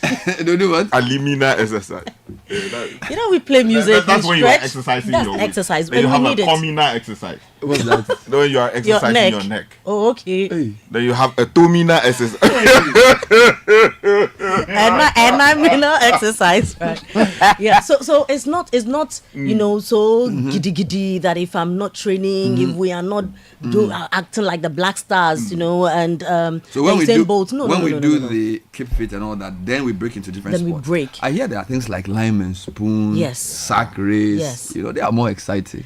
They are, because people might think that a sport like sack race, you know, is very easy to do. But Bernard, if you hop from the studio to the studio next, you know that sack race, it takes a lot of form, a lot of stamina to be able to do that. Lime and spoon, you need a lot of precision, you need a lot of tact, you know, balance to be able to do that. It's not about speed. It's not about speed. It's about the technique. It's about the... You saw the video. The person was talking about technique. No, she didn't even finish talking about technique. Everything came down. So there's lime and spoon, there's sack race. Is that tug of war? There's tug of war. I like tug of war. There's tug of war. Even though I'm not strong. No, but you see, all these sports come with techniques that you have to know. So sometimes the tug of war, you see a company's representatives and you're like, are they serious? Because you look at the David and Goliath balance that but then you realize that yes, indeed, David killed Goliath. Tug of war, what you need in tug of war is feet. Exactly. To plant it properly in the grass. You say, oh, feet, what you say? It means that you will go up or two. No, you don't play football. You kick more your feet. Yeah, like you will go up or two. It gets strong. When you are playing football and somebody can knock you off the ball, it means you don't have feet. Only feet. So I should be able to stand firm. So like Messi get fit. If he shot, but he can push himself, you know the goal. So you can be tall and big, but you don't get fit. They go push you off for be properly planted. So the shorter you are, the more fit you get. So you have no center. And you know, it's not by your size. It's actually Ghana version of FIT, fit. It's a bit fit. Actually, no, it makes it. Some muscles can backbones. I know there's arm wrestling as well. AK arm wrestling. You know, there's arm wrestling as well. So, I mean, all these games are there to let us know people's skills, people's talent, you know, and to also give room to whatever sport you can do. It's teamwork. It's teamwork. So you look at all the various games, and it's yesterday you said something, and I kept it. You know that it's only at CBO that you are playing the thing with your GM. And Alaski, come on, you know, you can't do this at Adabrak, you can't do this at Tesano, you know. But at Eden Heights, you can do it. You know. So if you want to say something, boss, Miss Canning job. You know, maybe your general manager is playing defense and his fool is Baluma, your problem. The only time you can get away with it. So what kind of companies can come for this? Do you have to be a large company? You don't have to be a large company, because some of the sports you only need one rep. Yes. Okay, so for table tennis, for instance, it's one rep at a time. So, and you don't have to do all the games. Look at where your strength lies and then register for that. How many disciplines do we have? We have about 15. 15 disciplines? Yes. Wow. And you don't have to register for all? No. Just register for the one that you The ones that you can, exactly. So how do you register? What do you need to do as a company? You just need to give us a call on 0558 973 973. 0558 973 973. And when you call, what do you say? Or what do you say? Just tell us that you want to be part of, your company wants to be part of Citi Business Olympics. We'll take you through the registration process. We'll send you a form. You indicate the disciplines that you want to engage in. You make your payment of 3,000 for the whole company. For the whole company, for all the games. You know, some people would ask, is it per game? No, it's not per game. For everything, whatever you want to do. You can also decide to be part of all 15 disciplines.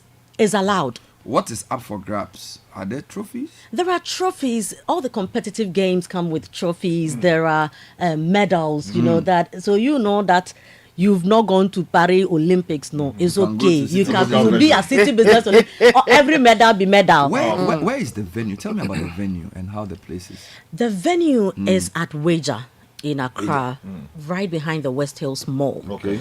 And the Eden Heights complex, you know, comes with residences and has a beautiful sports complex. Okay. I mean, it is that really plush, you know, and sometimes state of the art because comparable to anywhere else. I tell you, I mean, Nathan is here. You look at the basketball courts. Basketball is an indoor court, you know, with AC, with proper. Oh yes, yes. Really and the football, you know, the pitch, the table tennis. Would there be last year? There was some people doing gaming and things. Yeah. We are doing the video games as well. Yes. It's not for you. So video game, I play video game that I can play. You know? So for we that we don't run in the sun plant, you know, hey, we that we sit down and then we do. How about volleyball? I'm not hearing. There's volleyball. There's lawn tennis. Everything. There's 7-a-side. Table tennis. There's table tennis. There's swimming. You know, there's the basketball. There's video games. There's Owari. There's Scrabble. There's everything. But there's no chess. I'm wrestling. No, the Chaskelen is too much in pre-progress. You understand? So as you said, the number is 0558 973 973. And when you call, make sure you make your payment because we have 9 days to go. Today is the 19th. Yes. It's happening on the 28th. Yes. So thank you very much, Frema, for coming through the show this morning.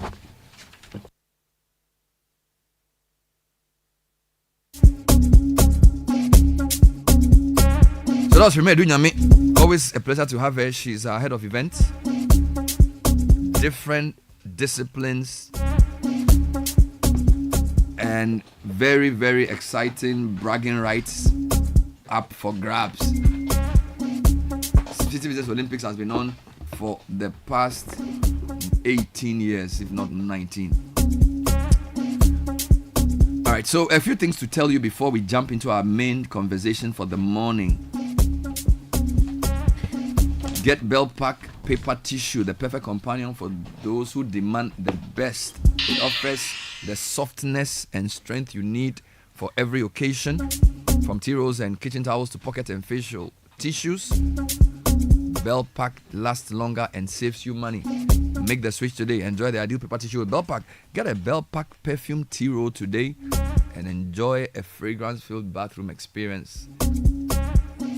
Call 0551 144 400. Bell Pack tissues, another quality product from Belacqua.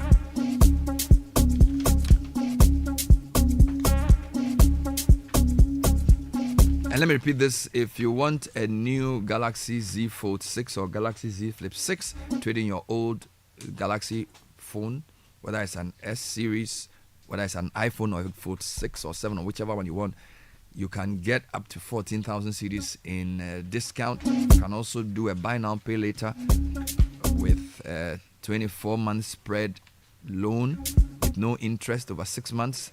Call or WhatsApp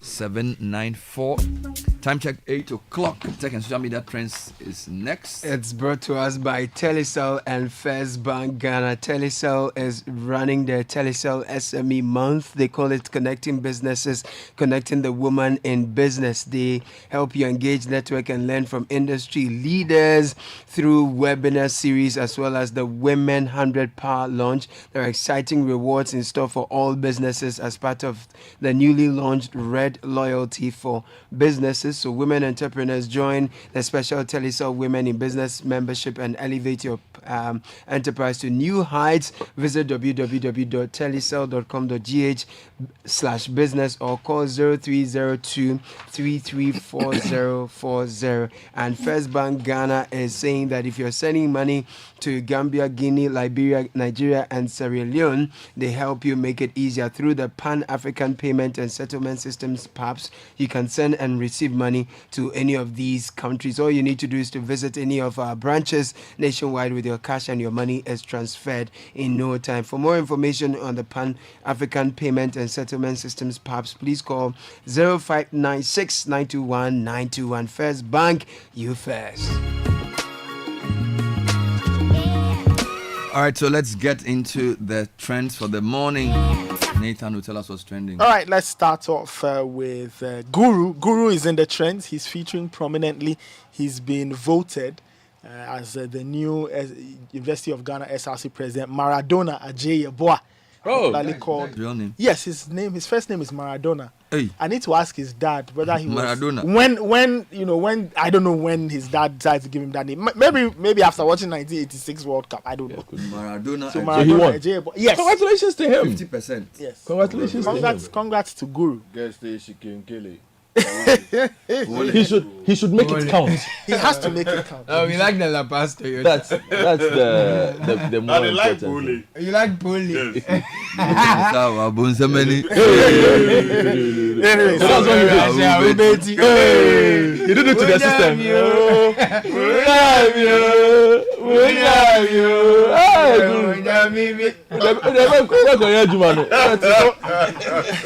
Guru, so congrats to you. You are the new SRC president for the University of Ghana. So like Godfrey said, make it count. Make it count. To some other things trending, National Cathedral is trending. It goes in and out of the trends, but it's come up because, the NDC, when the NDC had their demo, some of the protesters went off and then they went to the site of the National Cathedral. So Charlie, they went there to jump into the water there. Oh, really? Yeah. Wow.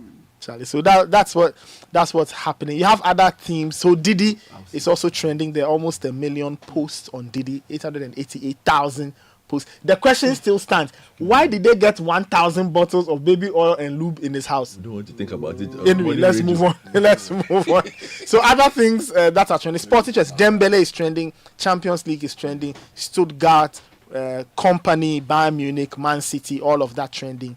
There as well. To some tech news, and it just writes that as Richard is back, we talk about his favorite topic, AI. Now, Starling Bank, an online-only lender in the UK, has said that millions of people could fall victim to scams using artificial intelligence to clone their voices. Now, the bank said that fraudsters were capable of using AI to replicate a person's voice from just 3 seconds of audio found in, for example, a video that the person had posted online. Now, these type of scams have the potential to catch millions out. That's according to a statement Starling Bank put out on Wednesday. And they already have these scams have affected about 3,000 adults or so, according to a survey that they did a few days I think what banks need to do is to put on an additional layer of security. So, for instance, even if you use your voice, there should be a prompt that comes to you directly, who has access to maybe a phone or maybe the internet, to okay something or key in some details or to ensure that the protocols are safe. But speaking of Aloski, just a quick plug-in. I almost got scammed yesterday. Charlie, a lot of these WhatsApp hacks, a lot of people are getting their lines hacked where maybe then I receive a message from you. Oh, Godfrey, can you send me 500 CDs right now? I'm locked somewhere. And unless I really want to call you back and check. But do I usually do that? No, which is why I might actually think it's correct. Yes. Because it's not you. So you tell me, it's urgent. Yeah. I'm like, oh, Charlie Aloski. Yesterday, somebody very close to me sent me a message like that. The only thing that prevented me from sending it is the fact that I don't use Momo. You would have sent it? Yes. By the time I reached where I was and I wanted to deal with the matter, the person had put out a message on Twitter that he had been hacked. But maybe so on my way to sending the money, saw it. I was on Twitter and I was like, "Hey, can you one day explain how that happens? How people how they're hacking WhatsApp? Maybe we need to let's see if we can get. So what I'm told by Mauli is that sometimes they will ask you something, and when you respond and give them some number, then they will basically take over your phone. Like sort of clone it. Yes, so sometimes some of the things you click and some of the things you respond to Yeah. are the ones that lead you into. Yes, that's. So some websites for news stories, some of the websites that have some very interesting news, and the website has some short link. You may click there, and then before you know, you're somewhere. So Nathan, maybe next week you need to do. Yeah, maybe. And we'll get into that. And there's some good news that came in from Elon Musk yesterday. You know, for a long time, many people have been blind without any support from anywhere to be able to see again. People have been born blind, some growing up became blind and all of that. Good news came in from Starlink yesterday. This is actually his, is it Neuralink? Neuralink, yes. Neuralink. What are they doing? They have developed a device that should make it possible for people with those conditions to be able to see using the power of artificial intelligence. They received, we'll get into it more. Yeah, they received the necessary approval. Go ahead. Wait, so the AI system can help you see. Exactly. It's a device you wear. So a person like is it Steve? What's it? Steve Wonder. Yeah, that's right. Who's been? It's called the blind sight or something. Exactly. That device looks. And you wear it. You look like one of these Marvel characters. But when they scale it up, in the process, it will become smaller. Elon Musk, where the thing reach now? So let's pray for it to work. Wow, thank you, Sky. That was Take a Social Media Trends with Nathan with additional files. Godfrey.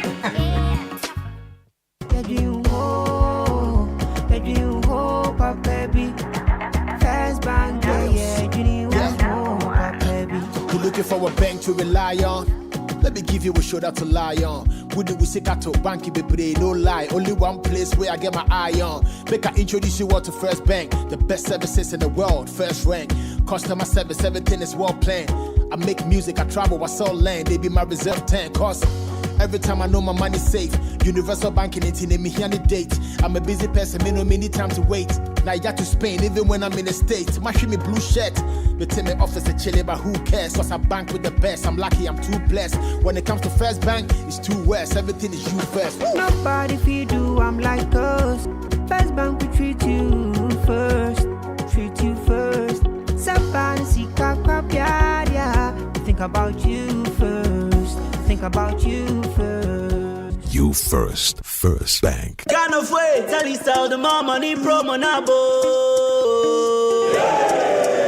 Everybody likes money, but what do we like more than money? More money! Join the Telecel More Money promo and win money, more money, and even more money. Simply opt in for free and reload your mobile and broadband and be the lucky winner of the 1 million Ghana Cedis grand prize. Also win cash prizes of up to 3 million Ghana Cedis in the daily and weekly draws. Opt in for free by dialing *500# or send WIN to 500, or you can opt in on the Telecel Play app. The more you reload, the higher chances of winning in the Telecel More Money promo. Keep loading, win, and be a millionaire. Telecel.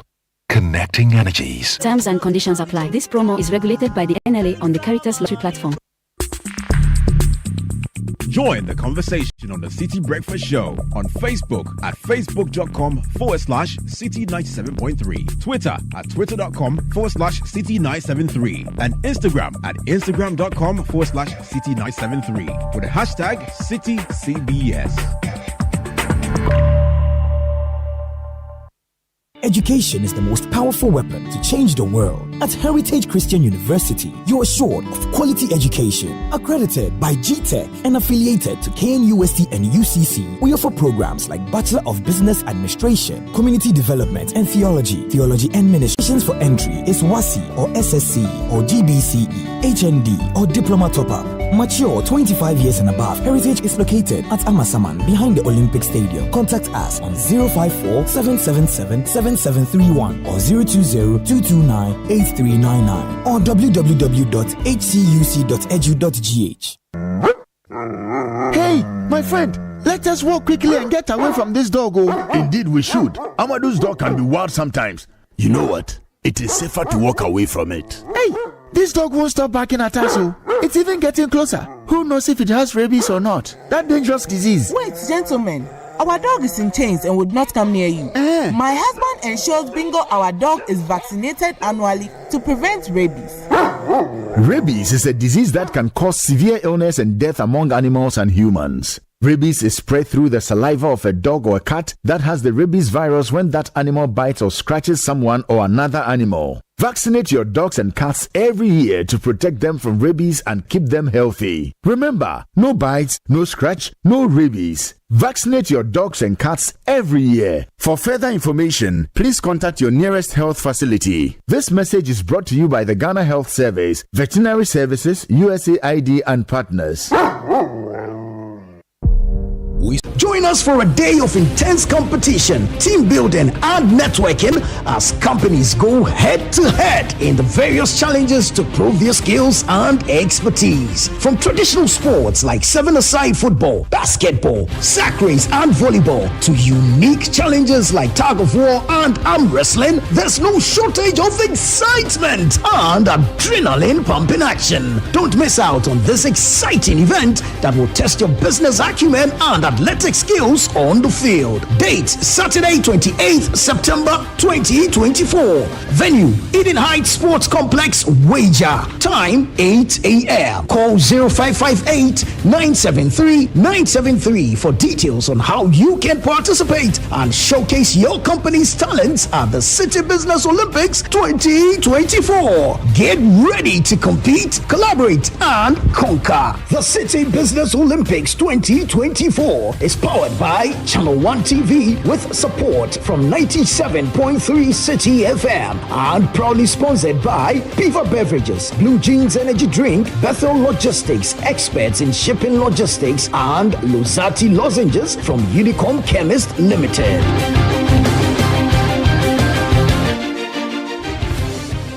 Beyond every boardroom is a story waiting to be written. A story of a business and its potential, of a community that thrives, a hospital that serves, and energy that powers millions of dreams. It's a story that only gets better with a partner that has the expertise and solutions to make it a reality. At ABSA Corporate and Investment Banking, we are invested in your story, and we invite you to write it with us because your story matters. ABSA.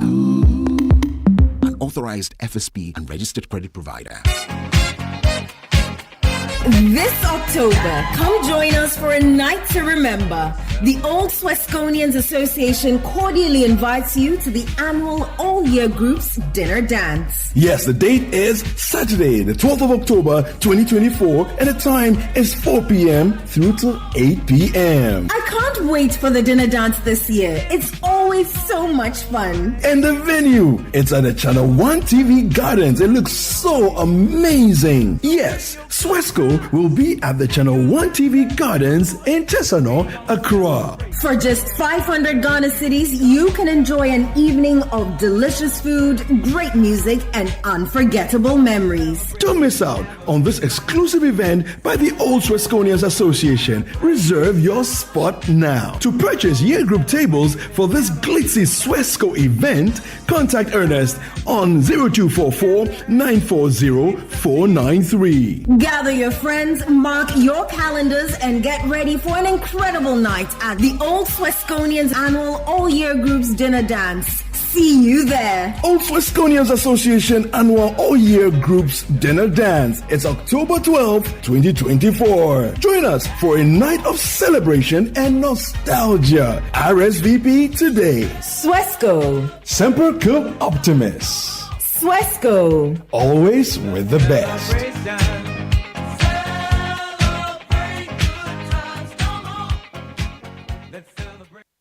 This is the Citi Breakfast Show.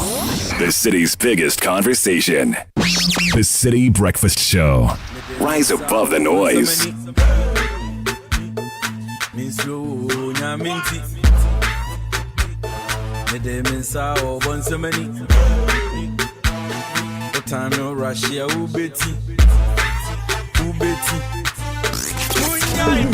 power of relevant radio. This is Citi 97.3.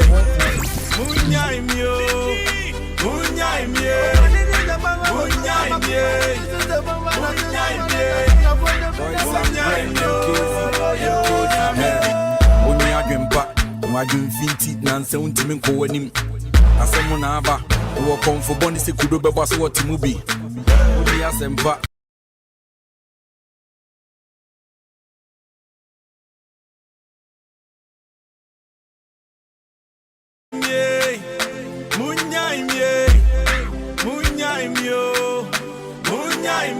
Few quick birthdays, Bernard. Respectfully wish my big brother Victor Akwene Ahinyakpo, aka Chairman 1, a happy birthday for me. Coming in from Andy Kankam. And a few more. Happy birthday to Ian Tabalo Okwe of the Big Joe Organic Wache Tema. God bless you from Vic. So many. And to Senior Bishop James Kwekusa, may the good Lord continue to bless and strengthen you as you celebrate your day today. Keep growing younger from your son Gordon Kwekusa of Access Bank and your granddaughters Mami Efua, Mami Adjoa and Erajwa San. Helping wish Jessica Saki of Achimota a happy birthday. Wishing you good health, long life and prosperity. Happy birthday to my darling mother Lydia Mama Oye of Royal House Chapel. From your children Nana Yao, Mami Sika and Angel. Not forgetting your grandson Little Zayden. With much love. Our long time radio pastor Stephen Yanusom Wengam. He also shares a birthday with Ni Okain Okain. No, he's a big man. So, and the late Danny Nete. All born on the 19th of September. Pastor Wengam, we celebrate you. No, you are a big man. He's now the... He's no longer lead pastor. He's now the general superintendent of the... Started as the lead pastor of City. Yes, and then moved to the Cedar Mountain. Yes, and then moved from the small place to the big place. Yeah. And now he's so happy birthday to Pastor Steve Wengam. All right, I wanted to... Yes, speaking of celebrations, Bernard, you know, I also wanted to celebrate someone this morning. If you'd give me just a few seconds. I'll let you do it. Give me 2 minutes. I should give you 2 minutes. Give me 2 minutes. I have to pay my bills. Otherwise, before celebration. Yes. Something will happen. And latex foam is ash foam rather. They are here. They are saying that your living space should be nice. It should be good. When people visit, they should feel okay. That's why they are giving you a nice range of sofas and couches to fit every space in your living room or balcony. Just go to their showrooms. They have showrooms in all the big malls, or you can call them on 0243 200 729. Be an ash foamer now. Ash foam, feel it, know it. We are all working, hoping that one day we'll retire into the sunset and enjoy ourselves. I'm recommending Lakeside Estates exclusive retirement home. You find that it's in a lovely community where there's a shopping mall, a pharmacy, a sports complex, and the biggest water park in Ghana. Lakeside is your CIMG Real Estate Company of the Year, and they want to journey with you to secure a retirement lifetime home of comfort. So call them on 020 477 5042 or call them on 050-141-8622. Visit their website, lakesideestate.com.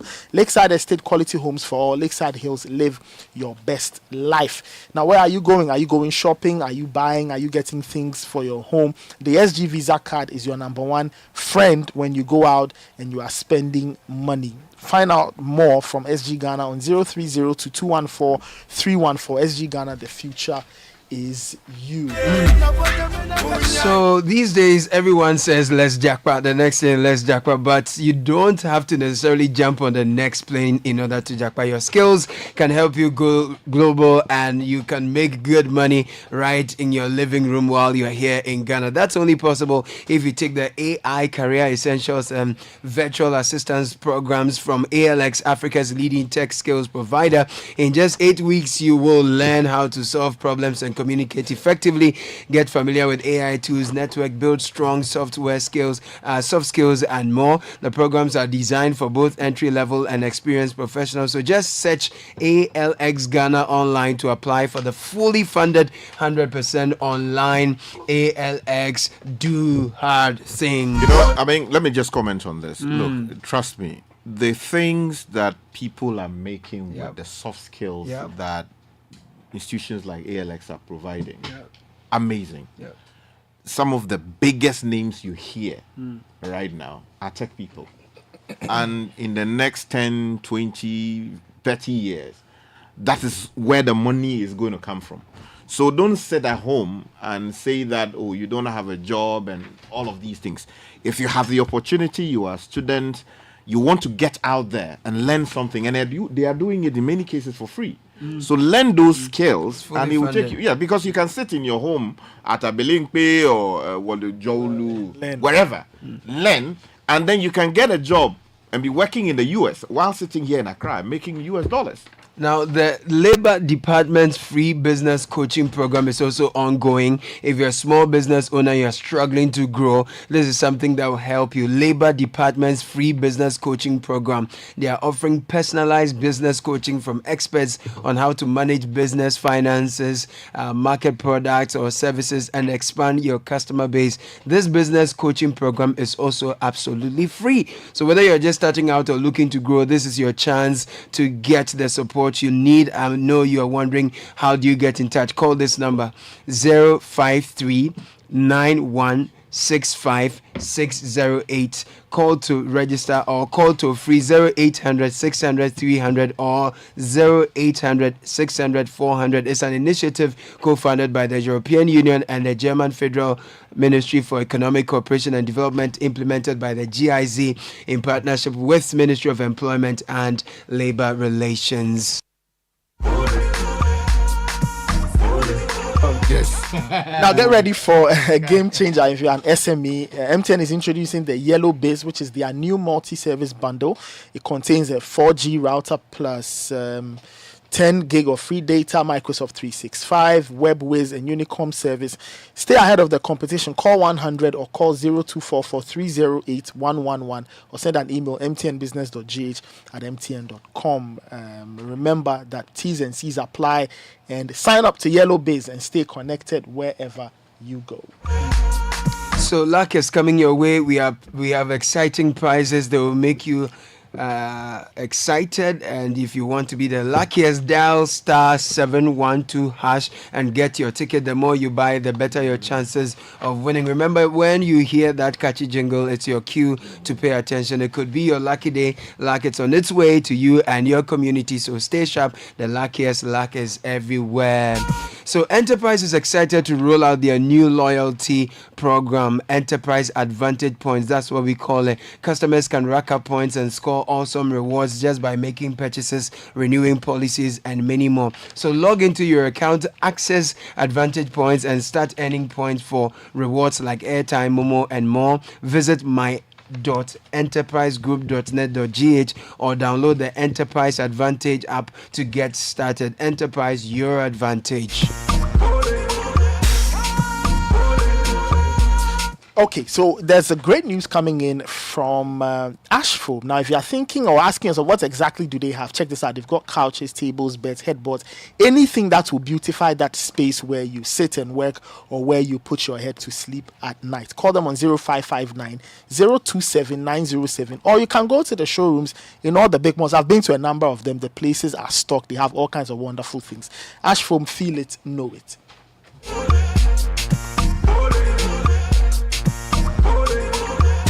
All right, so those of you who are wondering about how people get scammed on WhatsApp groups, one of my listeners has sent a voice note which I think explains it perfectly. So let's hear him, and then we will link that to our next discussion. So Bernard, so with the WhatsApp hacking, what happens is that WhatsApp has a mechanism for you to transfer your account to a different phone using a request token that they send you. So if someone knows your phone number, what they do is that they send the request token on your behalf, and then WhatsApp will send you the code. And then you will have to input the code or give them the code. And then once you give them the code, they basically take over your account. So what happens is, let's say you have a friend. They will send, the friend is being phished, like they are in some kind of scam. They'll call the person, tell them we are activating WhatsApp or something. They'll say MTN Momo or something for you. You are going to get a code on your WhatsApp. So when you get it, just give me the number and then I will be able to activate your Momo or something for you. So they send it to people who don't really understand how all of these things work. So once they send it to the person will also tell them, okay, the code is 14 something. The moment they get the code, they transfer the person's account to themselves, to the phone that they are using. So the person now loses access to all their WhatsApp contacts and everything. They basically take over everything from that person. Now that they have your friend's account, they go into the account and start sending messages to your friend, which means that you are going to get a message as they are posing as your friend. So they send about 500 of these messages to people in a blast, and then by all means 2 or 3 will fall victim to it. So that's how it's happening. So listen and learn. I hope you got that. Yeah. So basically, don't respond to things you don't understand. Even if you think you understand, check. Sometimes pause and think. You know. Sometimes they lace it with some goodie. Too good to be true. Yeah, you know, Charlie, if you press this link, you get this and that, and then people get scammed as a result. And one of the big things happening now is all kinds of online shops are springing up, and many ladies are getting duped, especially those who are seeking to buy hair online or want to buy they will scam you. Yeah, that's right. So they will advertise something nice on a Instagram page or maybe somewhere on. You pay, they deliver. You pay, they won't deliver. They will deliver. Then you pay the money. They will ask you to pay the money into an account. You pay the money, and they will not. And they won't deliver. They won't deliver. And you know it's they are trying to destroy e-commerce. Yes, which is bad. And that is the more reason why we need to also streamline that space. Because you see, this has changed the way we live and work. The availability of mobile payments, even though this whole digital literacy thing. Yeah. I mean, I started this show and we're receiving messages via phone call and text message. These days we hardly even use text. We get WhatsApp. There's a lot of new things happening. Making purchases, we used to talk about how you need to go to town. You can sit at home and buy things. So if we don't clamp down on these guys who are doing this, it will damage. E-commerce is really, I think, Africa's future. Yep. Because the way our cities are, it's very difficult to penetrate and go to certain places. So if you are able to go online and buy, you can really reduce your cost of operation, you know. And you're going to say something. Yeah, you know, because it's interesting we're talking about tech and like the past 2 days I've just been contemplating, you know, about the people who have made a difference in our society, in our lives. And Ghana tends to celebrate politicians a lot. Too much. You know. And last week I was watching something where a young politician was in the streets and he was hailed by thousands. Like basically even couldn't move in traffic in Ghana. And I was asking myself, what has he done? Like, apart from being popular, how does he impact my life? And then I also just, you know, thought about that so many other people, perhaps at his age, who are doing so many impactful things that nobody cares about, that nobody knows about, but who actually are the reasons why perhaps you're able to move from A to B. The fact that you're able to send money on your phone, the fact that you're able to do, you know, and the passing of Morgan Herman Chinua, you know, really caught my attention. Herman Chinua was a colossus. And he passed away 2 days ago or 3 days ago, if I'm not mistaken. Quietly. You know, Tuesday.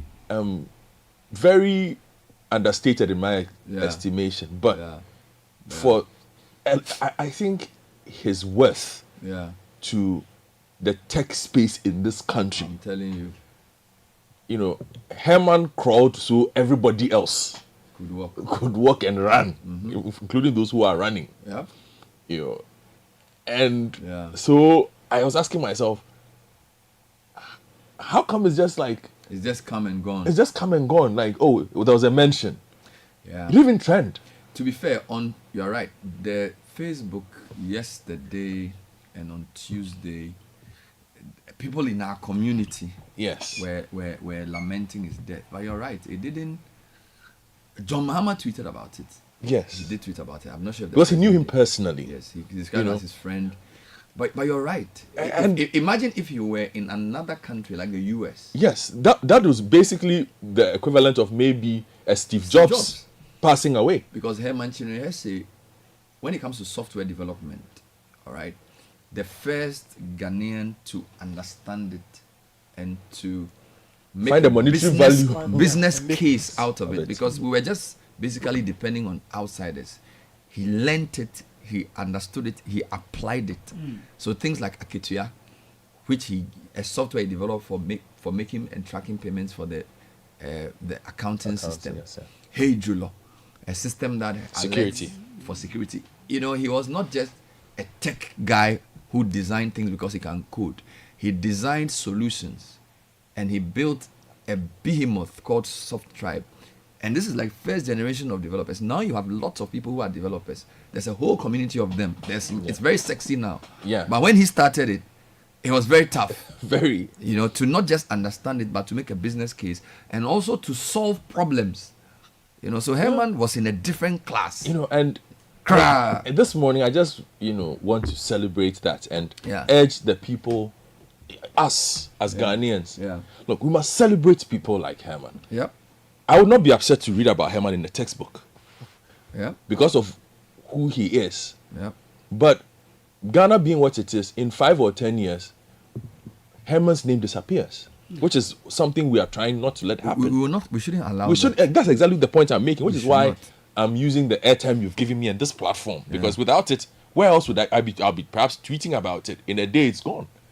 Perhaps I would be writing about it. It would live. But I want everybody to think about Herman Shenri and people like Herman. Yeah. You know, we say we are in an era of digitalization or digitization, whichever one you want to go with. And it would not be possible for some of the things that are being done now, that are being mooted, without the steps Herman took in 1991. Yep. Along with Kwame Bolton and those who have come along the way. Kwame Bolton, Kofi Dazi, Rankard, then you have Estelle. There's a guy, Deridine, all those boys who came. Before then, there's, I forget this guy's name. Someone else help me. What's his name? Mention the company, I might be able to help you. They call him Zatochi, but I forget his real name. I'm sure that. Okay, give me a name then. His company is. They were in that generation. His company. Oh Lord, I'll remember. Nina Kukweno. Yes.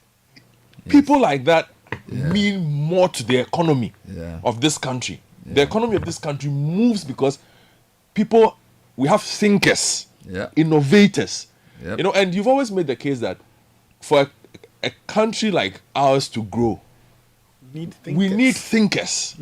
People who innovate. We have a lot of politicians. They don't innovate. They don't think too much. Well, if they think, they don't think too deep. They are not risk takers. They do the obvious. People like Herman did those things so that opportunities could be created. Let me add to what you're saying. You know, some people, when they are born into privilege, they just use that privilege to benefit themselves. Herman was born into privilege. So Michael Kwashi is the name of the Michael Kwashi. They call him Zatochi. So his mother is the Chancellor of the University of Ghana. And of course, his maternal grandfather was a barrister in Justice of the Supreme Court of Ghana. So he was born in Ireland. He went to Infantipim School. So he was born to privilege. But if you look at the kind of things Herman did, so think about Aketua. Think about Hey Julo. Hey Julo was something we advertised on Citi for many years, where it's a low-cost, mobile-based, mass market community security alert system, where if, for example, somebody breaches your security, it sends a text to a number on a radio station. A radio station just announces. It also goes to hit a police server, so they hear that there's somebody who. So a solution that's well thought through. Then there was the ERP systems he worked with, utility billing systems. Now ECG, you can do. Like yesterday, I went home and realized my credit was finishing. Just went on the ECG app. So I just went on the device. Got my app, bought 500 cedis of credit, and then input the token into my meter device, and I have power. And I mean, these are things he was thinking about in the early 2000s. And that's the point I'm making. So if we are able to do all these things, and millions of Ghanaians do these things today, and they take it for granted that somebody had to do the manual hard work of, it's like if you are a pioneer of something right now, it's easy to do many things. Those days they had to do it the hard way. And you're right. For example, we are talking about STEM schools now. I was watching Channel 1 yesterday, and they were showing the STEM schools that had been built. And I was thinking to myself, in any other country, you can actually name a school after him. If you are doing a coders program, because you are talking about now everybody understands STEM. Okay, so even your kids now in school, there's STEM clubs. They are in grade 3. They know what science, technology, engineering, and mathematics is in grade 3. 30 years ago, nobody knew what that was. Yes. So Regina Honu is doing coding, right? I have lots of friends who are ladies who are now hardcore technology people. Herman broke the glass ceiling for all this. And the other thing is that technology in and of itself, if it doesn't solve problems and cannot make money, it's not real technology. So I think the real value of Herman is in the problem solving. Yes. Okay, the problem solving dimension. And you are right, we should not allow it to just die of, oh, he's dead, that's it. No. You know, we shouldn't like, allow that. You see, that, like you're saying, these like, POS systems, the POS, they pioneered POS systems. You know, POS system, plenty things. So like when our kids are looking up to computer programmers and others that they want to look up to, they will mention all kinds of sophisticated names. Nobody will mention, very few are kids that is we know, you know, because we work in that space. But our kids will say, well, who is Herman Engineer? See what I'm talking about. Meanwhile, he's mentioning some 24-year-old boy in Silicon Valley. Yeah. You understand? Yeah. That is who my son or my daughter or before is looking up to. There was Herman. You understand? So people like Herman, somebody Pesol Systems. That was Michael. Pesol. That's what I know. We spoke about Dr. Thomas Mensah. So there's Soft Tribe, there's Pesol, there's B Systems. They were the pioneers. There are not that many. Yeah. All right. There's also a project I was doing called the African Echoes. Yes. Which was creating African audio books for global consumption, because he wanted Africans to tell their own stories to a worldwide audience. So he was very Pan-African. Yeah. Lived in Sierra Leone, Liberia, with that mindset that we are not always supposed to just be there for people to come and help us. We can also create our own solutions for other African countries. And he loved to share knowledge. So Herman like he would travel to speak to people, to share about how you can grow in that space, how to like he will basically motivate you. You know, my first experience of him was actually on the CBS. He will send you a text when you are talking. He'll give you some angle. You know, he'll give you some angle, and then he came for an interview. You know, when you switched to this format, one of the first people we had in for a chat was Herman. Yes. Back in the day, you know, and his aura was amazing. So his range, he understands history, culture. You know, this morning for me is just an appeal to us as Ghanaians to remember that there are a lot of people who impact our daily lives more than the politician. It's true. And so, yes, we can hold up the politicians as our heroes, but they are real heroes. We shouldn't conflict popularity with impact. And he's won many awards, too many to mention. For example, he was named 20 of the notable black innovators in technology. Wow. One of Africa's top 20 tech influencers. Among the top 100 most influential Africans of our time. This is a Foreign Policy magazine. He's been focused on various platforms. And I just wanted to say, in the spirit of what you're saying, that, you know, yesterday I interviewed a priest. Yes. You know, I interviewed a priest, and I was blown away, Bernard. You know, Sky, a lot of times we misunderstand what greatness is. So, and I don't want to sort of denigrate anybody, but we celebrate a lot of people just because they do big things. Oh, flashy. So he has a big church, he has a big name, he has a large following. This guy is basically a Catholic friar. So a friar is essentially a priest who works in a community. They are from what is called the Franciscan order. So you know the Catholic priests are in different orders. Some are Jesuits. So Saint Ignatius de Loyola was the first Jesuit priest. Those ones are very, very... Then there are the Augustinians, Saint Augustine, all right, whose theology has influenced the way we think about scripture but Saint Francis of Assisi was a humanitarian. So they worked among the poor. So he chose, so this guy was a teacher who started working, he was ordained as a friar, so work in a community, all right. On the journey, he's gone his 2 master's degrees, he has his PhD. His PhD, this is in front of me here. And I'm not here to talk about his PhD, right? A phenomenological study of artisanal and small-scale mining in Ghana, rural poverty mitigation or aggravation, right? But what fascinates me is his work in the community, his simplicity and the understanding he has about Galamsey, right? And how he was able to mobilize a whole community, because he said apparently some people came to the town and started doing mining without anybody's knowledge. And he says, no, you can't do this. So he says, if you really want to do this and you claim that it's in our interest, let's have a community meeting. So he uses a week to conscientize people about Galamsey, and they have a massive meeting. And the town folks said, no, we're not going to have Galamsey. Then they follow up and write a letter to the president, because at the time the president had said he will put his presidency online for Galamsey. Okay. And they itemized 13 reasons. Wow. And indeed, the signatories are more than I have here. Yeah. All the divisional chiefs, together with community leaders, youth, signed a letter to say they don't want Galamsey to happen in their community. So I interviewed him yesterday. I really wanted to air his interview, but I wanted to say that to butters what Godfrey is saying. Now you see, we're in an era where people want likes. So they assess you, now how many people are following him? Yeah. Now zero. Now we crowd how many people, it's like what impact is he making? Because now there's a profession called the influencer. An influencer is somebody generally who has a large following. Some of them for good reasons, some of them because they just provoke. Okay. So in that also era, because it pays. Fine. So people are HI has 470,000 followers on Twitter. He must be strong. Influence should not be measured by that. Okay. And again, go first point. We have people with positional titles. He's the president of this. He's the chief executive of that. Those things are important. But the truth is that when you want to measure impact, sometimes impact must be, for example, what this friar has done with this chief. The power of the example of a community saying, we will resist a bribe of 1 million cedis not to allow money in our community. I'm telling you. And the chief is unwell physically. You could have taken the money, easy. You get me? Fine, we may get up and say, let's give him MTN Heroes of Something award. But the truth is that a lot of people win awards may not necessarily even be doing the kind of things these guys are doing. Yeah.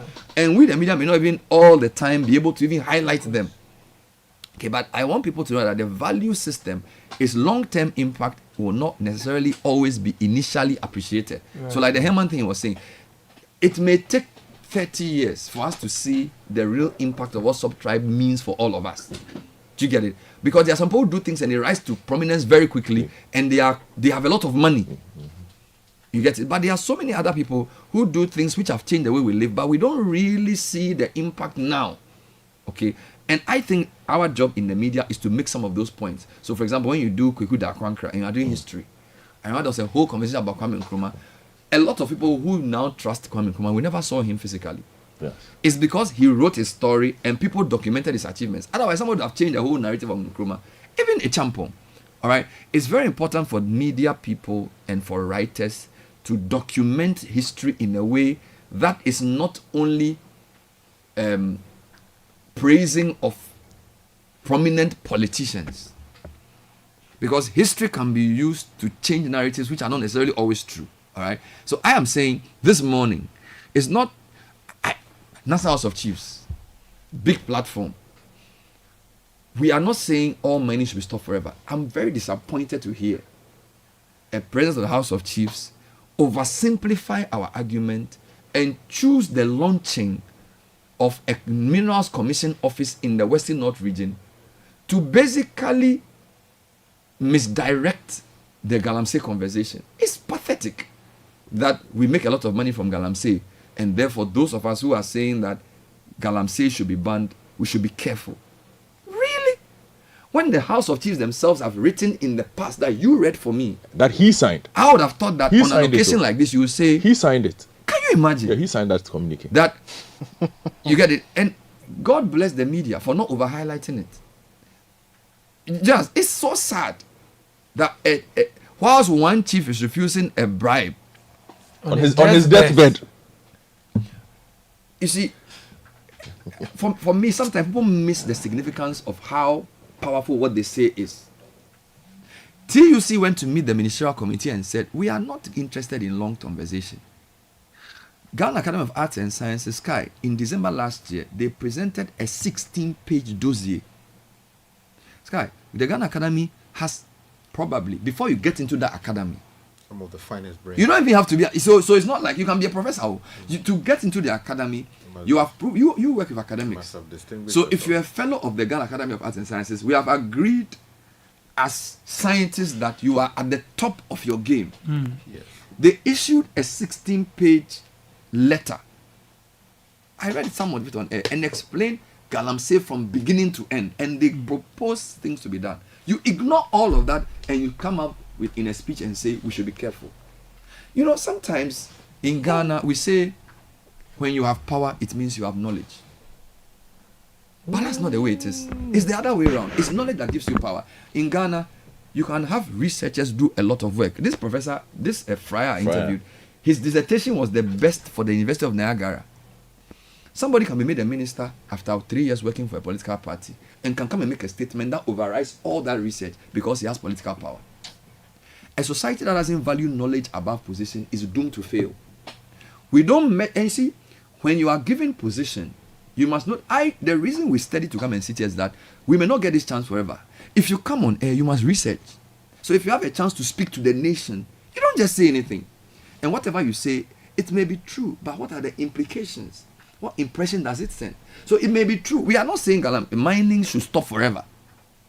But Sky, Medical Association have released information about the effect of the chemicals in these waters on people's babies, on people's kidneys, on people's lives. We are saying pause and rethink.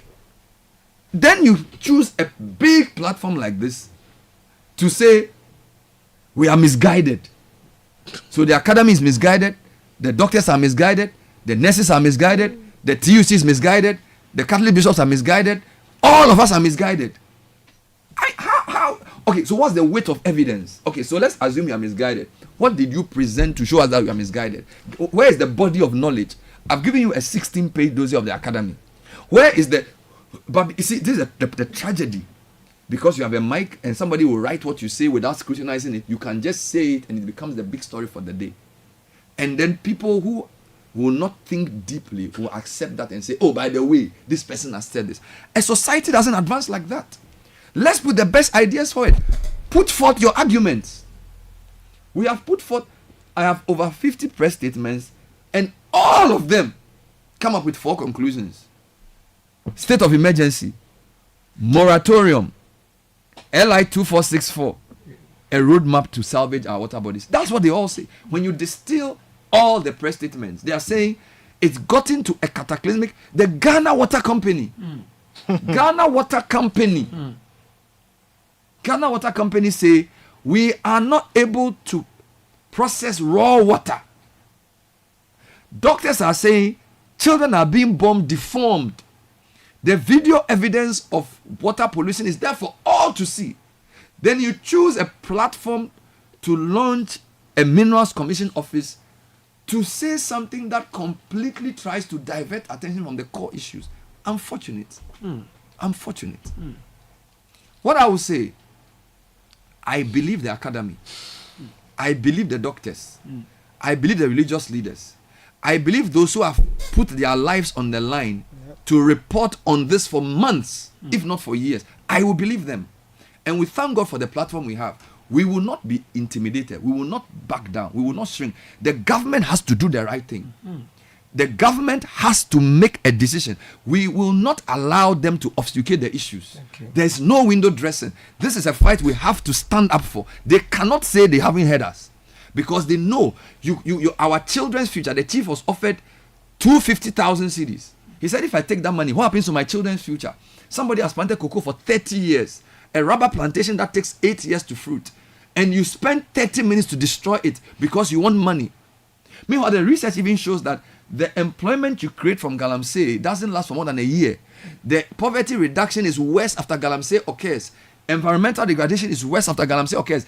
There's evidence. So we are not even speaking. He says the sole factor theory for Galamsey is false. He says artisanal mining has been transformed from labor-intensive to semi-mechanized industrial mining. The machines have been brought in by urban people and Chinese into Galamsey. This new phenomena affirms the multiple factor cause of Galamsey, which argues that poverty is not the sole driver of Galamsey. So don't tell me that what could the people do? What food do we eat after they are finished? What water will they drink after they are finished? After they get money, how many girls will get pregnant in that community? How many schools will get destroyed? What is the social and the political cost? What are you talking about? Why are we looking for convenient arguments? Because it suits us. That's not why we are here. We will not allow that. And there's research to prove that the way artisanal mining is being done with these excavators is destroying the country's ecology. And yet, every day, the government is changing the goalpost. Today, they say, well, state of emergency is draconian. Tomorrow, there's a 5-member committee. They want to meet us to talk. Next week, they will say, we are arresting some people in the Berlin waters, so we are fighting Galamsey. Next week, they say NDC also did it. Every week, there's a new thing. The most important thing to do is to announce a moratorium. That's what you have to do. And the organized labor will stand with them and say, if by 30th you don't do it, all of us will join. Because for once, Ghanaians must stand up for what is right and damn the consequences. We cannot, you see, there are things you can avoid. Every day you avoid it. A day comes when you have to face it. Look in the mirror and say, we have to deal with this issue. Communities have shown us that it's not only those in Accra who say Galamsey is wrong. Jema is in our win on the road between Enchi and Nelubo. It's a rural community. Yet they stood up and wrote a letter to the president and signed. Read the things they wrote in the letter. Sky, read it. So this is a letter from the community. It's titled Jama Community Petition to the President of the Republic of Ghana against small-scale mining or Galamsey on Jema lands.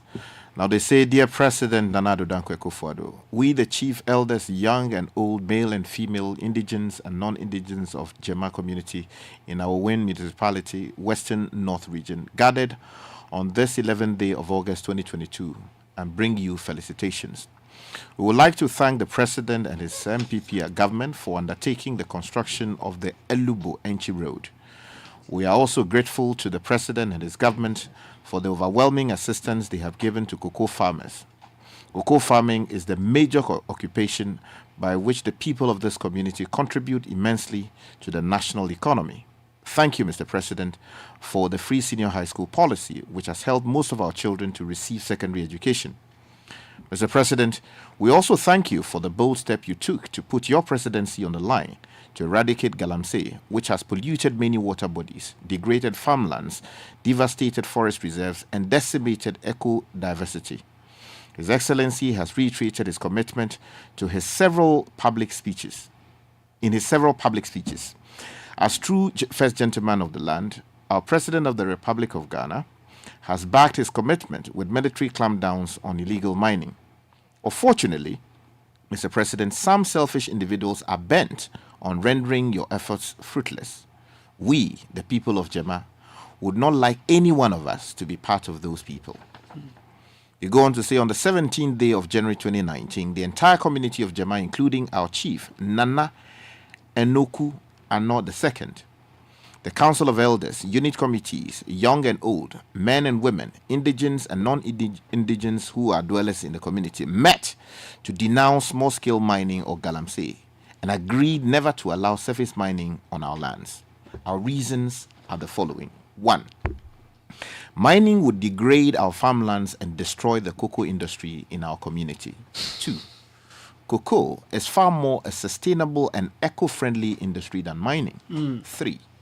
Cocoa is the third source of foreign income for Ghana, and the country is the world's second largest producer of cocoa. 4. Getting rid of illegal miners is a thorn in government's flesh and a huge financial burden. 5. Mining would destroy our rivers and waters, which are our sources of livelihood and drinking water. 6. Small-scale and Galamsey mining would destroy the reserved forest, which falls within the United Nations Conservation of Natural Resources. 7. Galamsey operators have already infiltrated and are destroying the 129 kilometer square Boyne Tunnel forest reserve. They can easily encroach the 66 kilometer square Jema Asenkrum forest reserve, situated within the rare fauna, which basically holds the rare fauna and flora of the area. Now, 8. Galamsey is already tampering with the Tano marvelous stones, which has tourism potentials. 9. Abandoned Galamsey on filled peats will pose a threat to human life and biodiversity. 10. Small-scale and Galamsey mining will raise the cost of living in the community, which will scare salaried workers from coming to our community and worsen the condition of non-miners. 11. Small-scale and illegal mining create insecurity and moral decadence in our communities.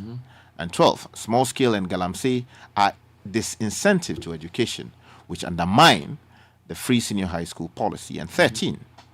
There is no geologically proved deposit of gold for industrial mining on Jema territory. Therefore, we are humbly pleading with our President of the Republic of Ghana to not release any part of the territorial lands of Jema for mining, which would destroy the perennial economic benefits the country can get from this part of Ghana. Long live our President, long live Ghana. It's signed by a number of signatories. A number of them are here, and they know themselves. I'm going to play a quick report Akwesi Ajayinim did on Jama, and I'm going to bring your excerpt of my interview with the priest, Reverend Joseph Kwame Blay, on how a community said no. And whilst we are pursuing a national angle, asking the president to act, we believe communities must begin to mobilize, just like they did in Jama. So here's a quick excerpt of that report. Jema is a prominent cocoa growing community in the Awin municipality of the Western North region, where many locals rely on cocoa farming for their livelihoods. Upon entering the town, a large sign that reads Jema No Galamsey greets visitors, reflecting the community's firm stance against illegal mining. Amidst all the chaos we've seen within the country in terms of the pollution and destruction of water bodies, all because of the activities of illegal small-scale mining, generally referred to as Galamsey, that is seriously devastating water bodies in the country.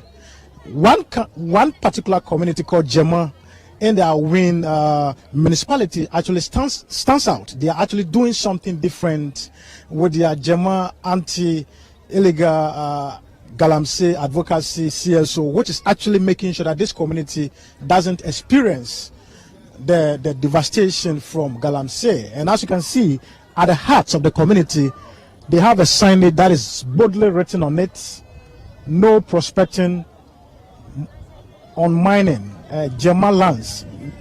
And it's a clear caution to anybody with any intention or plans to actually do illegal small-scale mining within this catchment. And I'm told, as a result of the activities, water bodies within this area, unlike the places that we have been, is so clean. I have one of the key proponents of this Jema anti-Galamsey advocacy committee here to tell me how did they come about this very anti-Galamsey committee. Reverend is a minister or a father, and he's here to actually tell us why the Jema anti-Galamsey advocacy CSO and what has been the success story so far. Well, thank you very much. I think the motivation behind it is because Jema is a farming community, and we've seen what is happening in all our neighboring towns, all the way from Enchi to the last town, Asemkrom, where they have devastated their land because of Galamsey. So we have educated the people, and the youth have accepted that Galamsey is not good. They want to hold on to farming, cocoa farming, and any other alternative livelihood. So we have to just form this society and then register it as a legal person, so we can stand firm and then stand for our values and vision.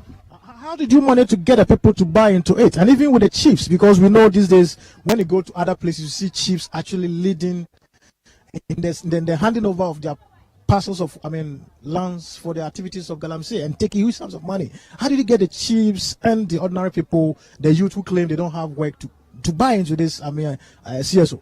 Yeah, that is very true. But I think it's the education. I came way back in 2015, then again in 2019, I met the whole community. I explained to them with my own researches in other communities where Galamsey has devastated them. And I showed them videos and news and the interviews I did with people to know that the thing is not good for the people. I understand you did a PhD research work on anti-Galamsey, Galamsey activities. Exactly.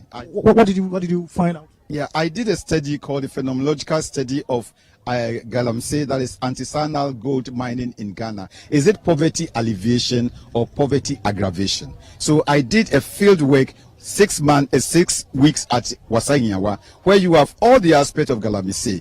And then my findings is what came for my dissertation. With some of the youths here in Germany to find out about their take on this whole anti-galamsey advocacy that is going on over here, that is helping to protect their water bodies over here. And I just want to find out from them whether they also share this idea. Uncle, you're frozen. Manko Matis Esa say the Galamsey the moon into Muko baby boys say the Galamsey no more. Mumu ada na mu position is I say engine to say Galamsey ti are Galamsey biawa. I didn't tell you.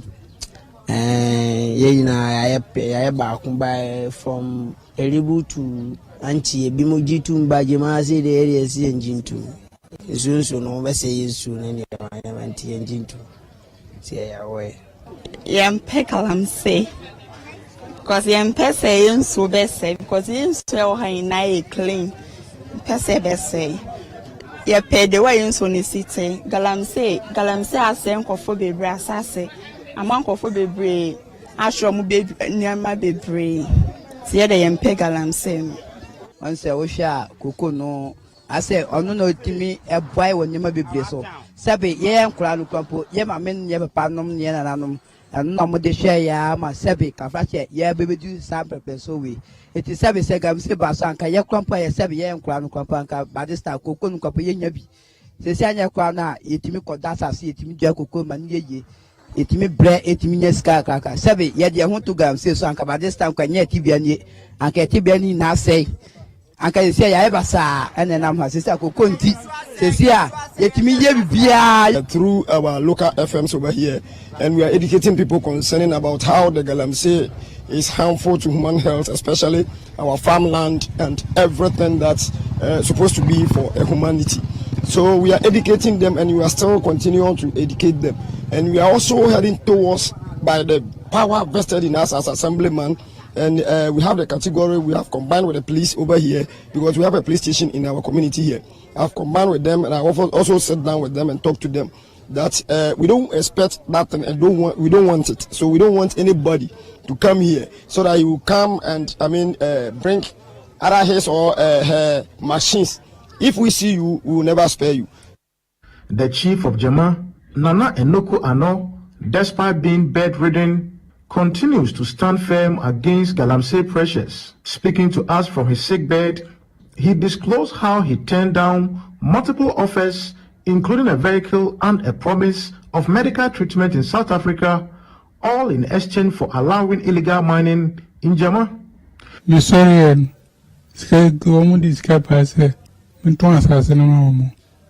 First one, only 2.5 billion. No bidder. Sikono modebano. Mesha, Masana, about 3.5 billion. No, the Gumuku. Mitebu soa. Ademwa. No, Miss Menje. Temikacho say, Menjena, Media Munumbe. Mia Umbaya, or Castle, home the car Kunkamo. Dicane Serima. No, Cacho say. Me here this anemonina. Me here that in present Masas say. Na me here that you say, Minaguya, Musa. No, Messias, na, I found work with thee. Tomia Mangasamo. The next one, almost some by the same China phone. This guy away. They say, says Gandhi. I cost 7 billion. Very good. I could be more. Now, catch on, say, Miss me here, that no, that Mina, no Vanessa, Alasana, I found what could it. Until that, don't catch on 7 years. Jomokaya, my yomo. So the back was South Africa. Now, make a South Africa. On the Baconia, Muka, so many programs. Mankazamo. And then see peace, Galamsey. This is one we can crumble. I had a majatum. Intimaniandum. No Galamsey.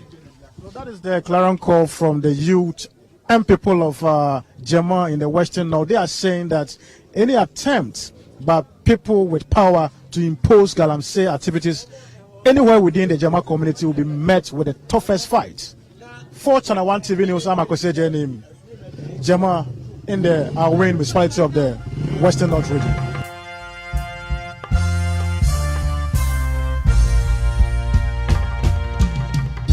Yes. 6 minutes past 9. So you heard the chief of Jema ending that report. Let me take you now to Reverend Father Joseph Kwame Blay. I spoke to him on the point of view yesterday, and he described how community members were mobilized to take a stance against Galamsey. We all have to stand up against Galamsey. Here is what he said to me during the interview.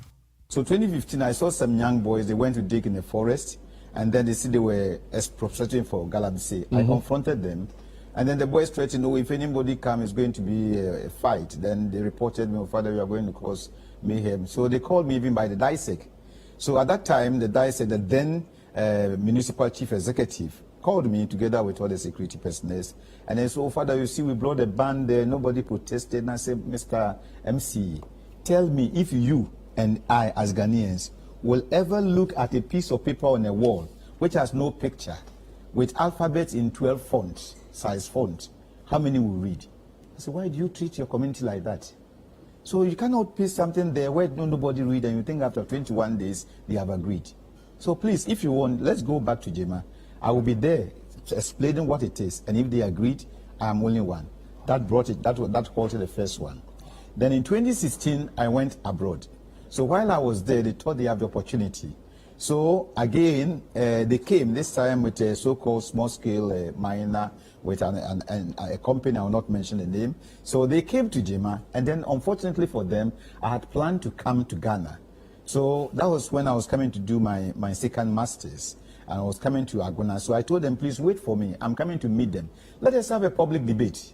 So let them come, tell us all the good things that they think they can do. And I will tell them all the bad things that they can. So that day, I have the videos there. Maybe one day I'll show them. We gathered more than 1,000 people gathered. So we spoke, and then they did everything. I said, fine. Now, community, do you agree? And I was then still bedridden. So I said, Nana, let's see your voice. Say, I don't agree. Elders, so I asked everybody. Then I said, Mr. Friend, now I even want you to take a police undertaking that all the pits that you have dug on our land without permission, you have to fill them. Because even the rats are prophets. So they have started attempting. Attempting, exactly. So that's when you see the first meeting was 17 January 2019. So that halted them. Then I went back. But that one, we didn't sign. It was just a verbal agreement. It was an oral agreement. So we all agreed that no. So then in 2022, I remember April 2022, it was a Palm Sunday. They called me, Father, we have arrested 8 people, 1 Chinese, some 2 people from different towns, and then 6 Jema citizens. Yes. So the youth mobilized, arrested them, and said, take them to the police. So they took them to the police. So from Rome, again, I wrote a very serious letter to the police that I want to see action. That one, they did very well. They put them in custody for about 2-3 days, then they gave them the normal listing. So then, community, this is our people, this is, so I said, okay, now hold. Then I came down. So when I came down, I met those culprits one by one. I said, my friend, look at this thing that you are doing. It's not going to help you. Are you ready to apologize to the community? If you apologize, we will draw the case. So I met them individually. Then they apologized. So again, we met again that day, more than 2,000 people. So that was when now this, okay, now we are going to put it into writing. So we drafted it all together and got all the leaders. Just on that very day, we signed. The next day, I went to NG distributed. And the letter to the president, all those who are there, all the copies, I EMS it. I have the evidence, so nobody can say that they didn't get it. I have the evidence. I can show them to you. Yes, everything was EMS. So what the chief said in the video, that they had come to him with first 250,000, 350, and then 700,000. That's true. That was 2019. So that's what surprised them. Because in 2019, they knew they had done all the groundwork. So they knew they had done all the groundwork. That, this time, even if Father comes, they are not going to support him. So then I came, and I came with the PIA, with the law. I said, this is Act 703, 2015. Let's read it and see that you have all the provisions that you are going to do. So they were found wanting, and the community was convinced. Yeah. Wow. Yes. But the chief didn't look healthy. So even at the time he refused the inducement, he was not well. He was still not well. This chief has been sick for about 10 years. I think this is 2014. He was sick before I went to Rome in 2016. So let's say around 2015, he was. And yet in that state, he still had the presence of mind to say, they said they promised to send him to South Africa. Yes, he told me. For treatment. They promised him a pickup. Because when he started treatment, our road is very bad. You know, that road, we thank the president for it. Now it's nothing to write home about. So I hope that even in this discussion, even at least they will even grade it.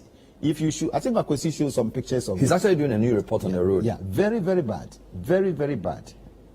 Very bad. So, wow. So, was it the same company that kept tempting the chief and the people that they wanted to come, or different companies? There had been 3 companies. I have the letters here.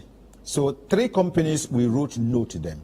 So at least at that time, the MC was also quite good. So he will always inform. Now I told them, if they have brought the application, you know the process. You cannot do that at the back of the community.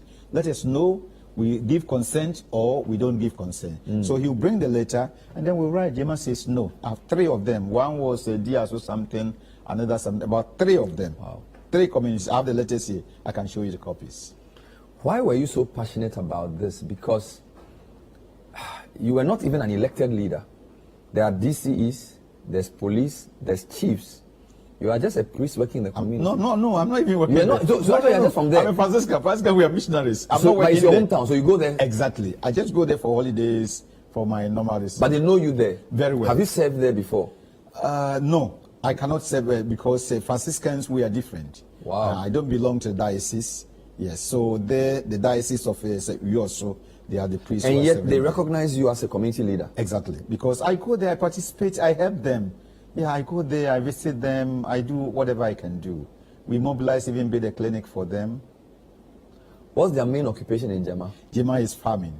They are mostly cocoa farmers? Yes, I have planted cocoa seedlings, I have weeded around, I have harvested. I know how to prepare the cocoa from beginning, from planting to bagging it in a sack. What can my viewers do for the chief? Before I come to your dissertation, yes. I don't know if you guys can show it. I was really touched listening to, because I was in different, I've spoken to chiefs. Yeah. Even my recent interview in Lubo, in a friend saying, the Eastern region, some of the chiefs are for Galamsey. Yeah. So, and this guy, 3 times. Yeah. Exactly. There is one community, same crew. Yeah. When we did that in Jema, the youth came, Father, please help us also to protect our land. He's not even a chief, he's just a regent. He has fought and fought. If I should tell the story, they will not end. He's fought, I mean, for the Galamsey, fought those who were against the Galamsey. And finally, I think I could show some pictures. So you will see a school right in front of the school. They have mined there. So in Asemkron, which is a neighboring town, Asemkron is about 5 kilometers from Jema. Their leaders have allowed the chief mining. Yeah, the Abusuampaini called Kwahinba, the Abusuampaini, and then the chief there. He's been a chief for about 60 years, more than before I was born, and nothing he has allowed. He's about 90-year-old man. Allowed. So, so the insight here is, Galamsey cannot be fought if the community is not mobilized against it. Yes. Because the community, same Chrome, we did everything. I don't want to enter into the nitty-gritties, but the security didn't help us. So many things. Yeah. The boys arrested people. Even the Jema community went there to help them to arrest the boys. 12 of them. We sent them there. They leave them. They leave them. Contempt of court. The court will tell them, don't do this. The next day they are in it. We wrote, these people are showing contempt of court. Nothing happens. So if the traditional authority, the social leadership, the political leadership in the community don't mobilize, it will be impossible. It will be impossible. But I think the community has the power. Especially, you see, the irony of it is that you say you are bringing work to the youth, and the youth say we have work. Our work is cocoa. And even this work that you are bringing is somebody's selfish work. It is not, you see, Galamsey or mining is not like building the Akosombo Dam. When Kwame Nkrumah was building the Akosombo Dam, it's something of national interest, going to save the whole nation. So even if the communities there are against government, that is where in the Land Act, government has the power to even take that land by force because there is a greater need. But here, all those who are mining, they are just individual selfish need. So the one producing cocoa is helping the economy. You're good, you're also helping the economy. But we have already. Why do you come to destroy one's livelihood and one's contribution to the economy, pretending that you are contributing more? Your ability to do this obviously has been strengthened by your research. Yeah. Your PhD at the Niagara University, the topic is big, but I'll read it. A phenomenological study of artisanal and small-scale gold mining, called ASGM, in Ghana. Rural poverty mitigation or aggravation. That was your main research question, Joseph Kwame Blade. March 30, 2022. I'm told that this was the best PhD dissertation for the year. Exactly. In this university. So congratulations. Niagara, yeah, the report is there. What does your topic mean? Because not all of us can understand this. What is a phenomenological study? Yeah, wait a minute. You asked a question which I didn't finish. You were asking what can we do for the chief? Yes, we can answer that before I come so, Thank you. We'll come there. Yeah, so as we see the state of our chief, he's practically a pauper. But the man is a man of integrity. That in his poor state, he's really a needy, he's really poor. He says never, and he's suffering. So people have seen his state. I think now all that he needs is just good medication, even what to eat. Well, for those of you who watch the interview on TV, we put an account number of the organization that the priest works for, because if you want to support the chief, we put their bank account number and their Momo number. You can make a donation, which will go to the chief. So I made that decision. They didn't solicit. I said that I thought that we should do that for them. He didn't even want to do it, but I said, look, this chief has been so exemplary and he's not well. So we put out the bank account number of the Jema against Galamsey. There's it's a union. It's like a community group. Right. Please provide the details. Yes, which is well registered. It was Jude has the details. It's on the screen. I don't have it on my phone. Okay. And then he also gave me the Momo number. Freddie, you can look on the TV screen. You will see that the number is there. Let me give it to me. Let me. Yes, I just want to say that his research question. You see, the reason I love this priest is that he studied it. So he went to the Memphis Central, about 3 communities, and did a study on whether Galamsey reduces poverty. And he says, and artisanal and small-scale gold mining only reduces poverty in the short term. In the long term, it worsens poverty. Yeah. Does it create employment? He says, on the facial value, Galamsey increases people's economic power, but in the long term, it reduces it. It swells populations within a short time, boosts the local economy, and slowly disappears as with its crowd to another area. Right? It says, if people knew of the transient nature of Galamsey, they would save and invest in non-Galamsey defendable enterprise. Then he deals with Galamsey and land degradation. Yeah. He says, he quotes Frimpong Boateng, the contrast between the Ivorian landscape and Ghana, as one flies across the border, is beyond belief. The Ghanaian landscape is pockmarked with these multifarious ugly craters. The forests are gone. Many of the farms are decimated or fractured. From the sky, it looks exactly as if the landscape had been deliberately bombed. Right? Then it goes on. It has been estimated that Ghana will need about $650 billion. $650 billion. Do you know Ghana's GDP? It's around 80-something billion. $650 billion to reclaim lands Galamsey has devastated. How much are we getting from gold? $650 billion. To repair the damage. And without immediate intervention to reverse the trend, Ghana risks becoming a desert by 2050. That's a very, very... And I'm reading research also.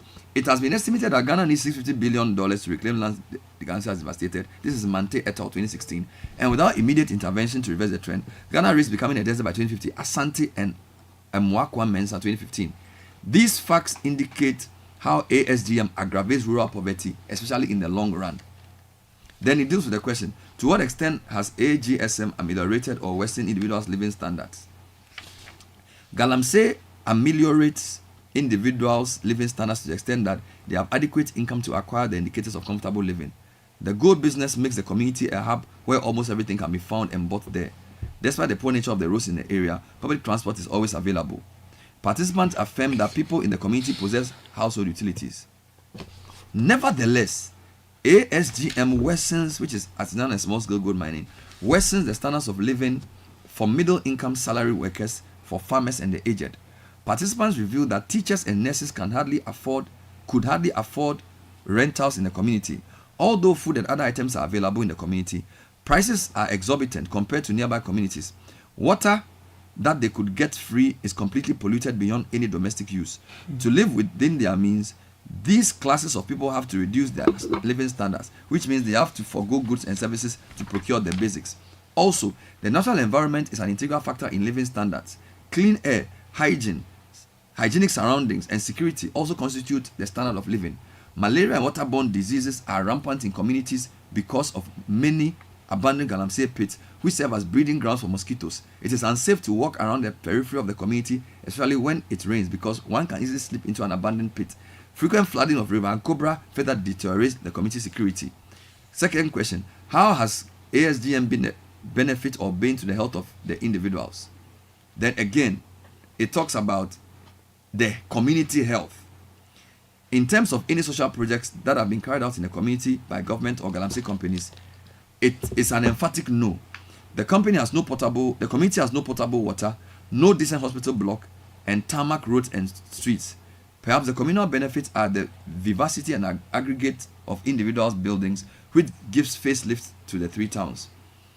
Unfortunately, the pursuit of wealth has created apathy to the common good in the community. Such attitude undermines the health of the rural community, since only an insignificant number of residents can provide some of these goods. For example, water by themselves. Galamsey is a bane to the community by entrenching moral degradation. When children find gold, they think adults are lazy. The use of narcotic drugs, teenage pregnancy, and prostitution are sources of worry. Nevertheless, the worst woes Galamsey brings to the research territory are hidden in SDGs, hunger elimination, health for all, education, and water security. Then he deals with food security as the last point. I'll end soon. He says, ASGM is a bane to the community by creating food insecurity. The food insecurity associated with Galamsey indicates the dark disease syndrome. Concerning Bekwai, the respondents said with a population of about 3,000 people, only 100 were engaged in farming, and among them 50% were over 55. The three mining communities have not only directed all their energy to ASGM, but also Galamsey has ruined their farmlands. Gilbert and Osebo's 2016. Galamsey threatens food security or food insecurity, which this author defines as the availability, accessibility, and affordability of the essential sources of nutrition. It is germane to underscore the threats of food sovereignty, which is the production, availability, and affordability of appropriate cultural sources of nutrition. Food imperialism occurs when people are compelled to consume any foodstuff because their appropriate sources of nutrition are not available. Then it goes on and on and on. Sky. Yeah, Ben. Every right-thinking person must join this campaign. Yeah. Every well-meaning patriotic Ghanaian must add their voice to stop this distraction. Exactly. The 4 conclusions, and I'm going to read the Academy's 4 recommendations because I think it summarizes everything. What I'm reading is from the man I interviewed. Yeah, that's right. Now, the Academy came up with 4 proposals, which I believe summarize what all of us want to see in this Galamsey fight. If you give me a minute, I'll pull it up and read it for you. Bernard, while you're at it, some people are asking for the contact. I think we have it now. Do you have it? Could quickly mention it. Can you read the mobile number? For Momo is 0540 741 481. 0540 741 481. I think the bank account is longer. So no, give it to me. Great. 40. No, the name of the bank is GCB. GCB Bank. Thank you. Takrade. So 4011009424.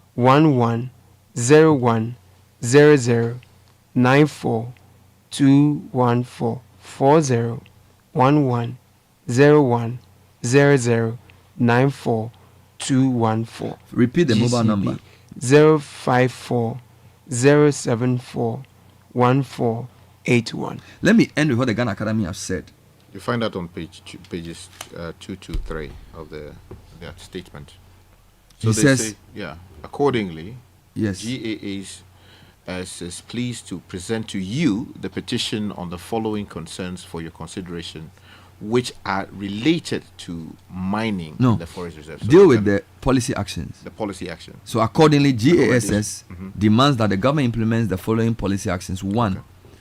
Declare a moratorium on all kinds of surface mining activities around river bodies. 2.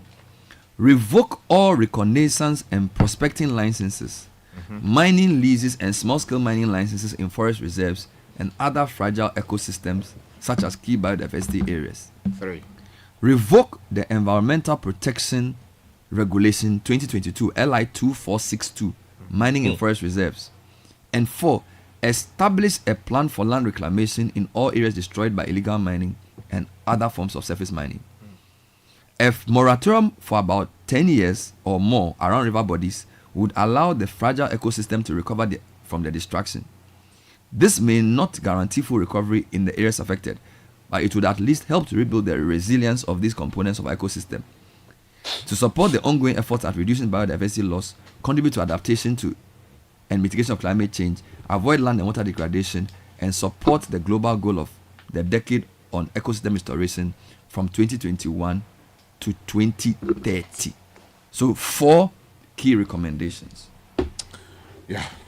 So those are the points we've made. I said here. And don't let anybody deceive you that those of us who say Galamsey should be banned, we are misguided. We are not. I said here before, Say it again. before I left, Say it again. that the president is the man charged with the duty, the constitutional responsibility to hold all our natural resources in trust for and on our behalf.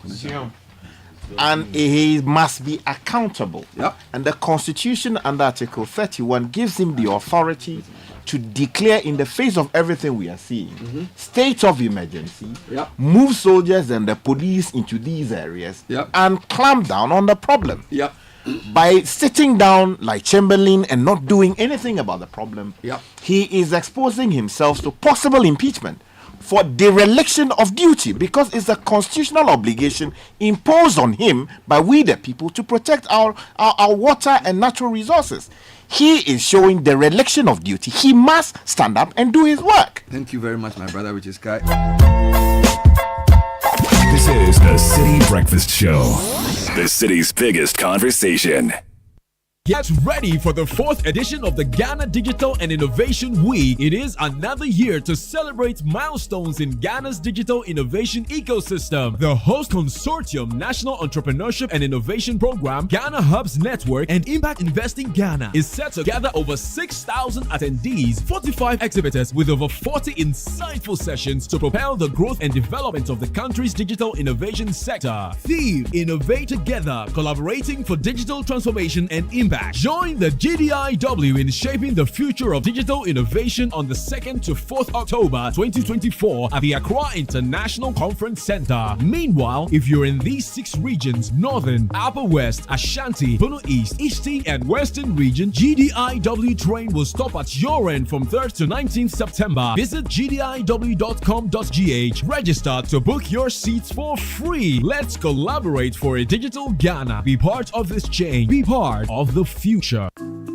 Since inception, almost 100% of Ashesi University students have found jobs, started businesses, or gone on to graduate school within 6 months of graduation. From Accra to Nairobi, London to New York, Ashesi graduates are noticed and are leading successful careers. If you dream of a rewarding life and career, an Ashesi education prepares you.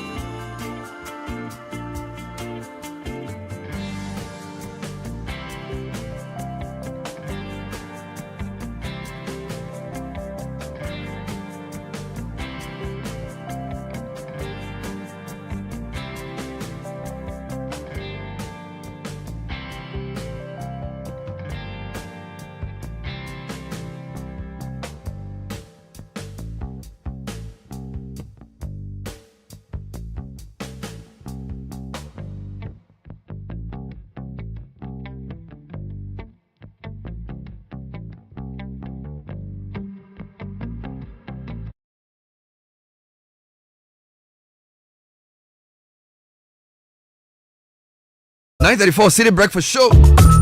In studio, founder of e-transact, who are launching a new app today. It's called the Excel app, which will change the way people can manage their GH-Link prepaid cards and digital payments through cutting-edge mobile applications. So Doc will tell us about e-transact, a company that has been in the country for many, many years, and why they're coming up with this new app. Good morning, Doc. Welcome to the show. Thank you. Good morning. How are you doing? Doing great, thank you. Thank you for inviting us. I'm surprised to hear e-transact is over 20. It's 21 years old. Yes. You don't look that old. You don't look that old for a company that's 21. So obviously you are more than 41. Yes, obviously. I think it came in at a time when we're a bit early for our the technology space then. Mm-hmm. When we came in, there was no word called fintech. 2003. No, there's no word called fintech. It didn't exist. Didn't exist. Okay. And people were still struggling to know how to use their mobile phones. To even send text messages. Let alone that. And you come with this crazy idea. To now use it for payment. Come on. Are you joking? But that's it. How's the journey been? e-transact 21 years. What are the key milestones in that company's evolution? No, I think obviously just like any entrepreneurial work, it takes quite a bit of a time. People get to understand what you're trying to do, and then because you're talking about cash, then regulators are going to be involved. Yep. And regulators also will be skeptical about this crazy idea, But it took us a bit of a time, a couple of years, for people to now understand what we're trying to do, and from then, it's been going. So launched Nigeria, Ghana, South Africa, and many other countries. My main understanding of what e-transact stood for has been we need to transition from a cash-based society to a cashless society. All right. Mm-hmm. How successful have you been in championing that in West Africa? I think we've been successful. I always talk about this event that happened many years ago, somewhere in Kano. Mm-hmm. I was invited by USAID, to meet with some farmers in Kano. I was just going to go there and talk about mobile payment. That's going to be about 2008, 2007, 2008. And I got in there and I saw these 50 old farmers. And I wondered, what am I going to say to these guys? And then, I told them how they can actually use their mobile phone to make payment, put money in their phones and then they can make payment and all that stuff, the normal spiel. And when I finished, I was going to just let me take my flight and go back to Lagos. And then one old gentleman just said, "Young man, hold on a minute." He said, "Okay." So he said, took 100,000 naira notes and gave it to me. I said I should put it on his phone. Charlie, just like that. Put it on my phone for me. That wasn't the kind of response I was expecting. So I said, no, I wasn't prepared even for that. And he said something that really made me know we're on the right track. He said, "Young man, if this what you said is true, it means that I come from Sokoto and I have to carry cash with my team to come to Kano, the Dawano market, to buy seeds that will take back to Sokoto. And the challenge that many times some of them get mugged on the road. Yeah. Some are even killed on the road. So you're saying that I can leave my money in Sokoto and I come here with my phone and I used to pay for that." I said, "Yes, sir." That same day, all the 50 farmers signed up on the mobile payment platform. 2008. And that changed my concept. It's not about whether you are literate or not, so long as you can see the value that is bringing. And this old man saw the value and said, "I think we need this for our people. It will save." Wow. And for me, that really changed my whole concept about mobile. They're not just about just cashless. There are different meanings to different kind of people. Let's talk about what inspired the development of the Excel Ghana mobile app, and how does it fit into your vision of financial inclusion? Okay, in vision for financial inclusion is, many years ago we launched the GH-Link card, prepaid card, and we're going to find that there's a lot of stuff that has to do with the plastics. You have to print all the plastics and you're going to have to use it. You have to carry it around. And most of the time, I used to ask people particular questions. If you're going out today in Accra and you forget your card at home and you're already about 10 minutes away, you're rushing, will you go back home to pick the card? Compared to if you are going out and then you left your phone at home. And which one will you go back for? I'll go back for the phone. Exactly. The card can stay. So if the card is on the phone, yes. So basically that's what you're doing, right? Exactly. To make it a lot easier for you, so you can actually use it to do many other stuff that you want to do. Card also has a limitation in the sense that it has to always be present, except you're doing some other e-commerce stuff. But with this, it enables you to do a lot more things, a lot more innovative things within the app. So you're saying if I'm at a point of sale and I have the detail, I have the app. Yes. So instead of looking for my card to now scan or swipe, you can I can use the phone to do the same thing. You can use it, yes. So it basically makes the phone the workstation. Oh, yes. And the card's distraction doesn't really matter. Using your once the everyday details are tool here. for your everyday transaction, that is it. Wow. So that's the main feature. And how different is this from other mobile financial platforms currently available? But what has happened with Excel is that Excel now comes in with different kind of innovative products and solutions. Okay. So it's not just that you can now do payment. There are things, because it's a super app, it can allow even other developers. There are APIs that can use to develop products within the platform. Okay. So you don't need to now begin to start from scratch to develop new products. That foundation is already there for you, and then you can plug it in. So, for example, within also the app, you have what they call the marketplace. Marketplace allows almost every business, including Citi FM, to have a shop within the Excel marketplace app, making it easier for people to find you. Very cost effective, easy. And so there's quite a number of things you can do within the app, but not just about card. There are a lot more there. The big concern is security. Even this morning we're talking about that on air, where people are not sure how scammers all over. So what kind of investment have you made in ensuring that the transactions are secure? Yes. That my personal data is not going to be what's the word they use now? Fished. No, and I think in terms of I think for us security is key. Because the moment you fail on security, not just lost the product, you've lost the company. And what we have done, apart from the standard security features, we have also a unique feature of what they call the DLA, dynamic linking. Now, this is the first of its kind anywhere, in Ghana at least I know. Now, dynamic linking makes it difficult because that's what they call, we have a certificate authority. For every transaction to happen within Excel, it goes through that certification. So there's difficult, you won't see like a man in the middle attack whereby they fished your information and they can use it somewhere else to do. It's not possible within Excel. Because from end to end, before a transaction happens, it must get approval from a third party, a security certification authority, to approve that transaction before even the authorization. That you as a user don't even see that happens. We call it ESA, e-transact strong authentication.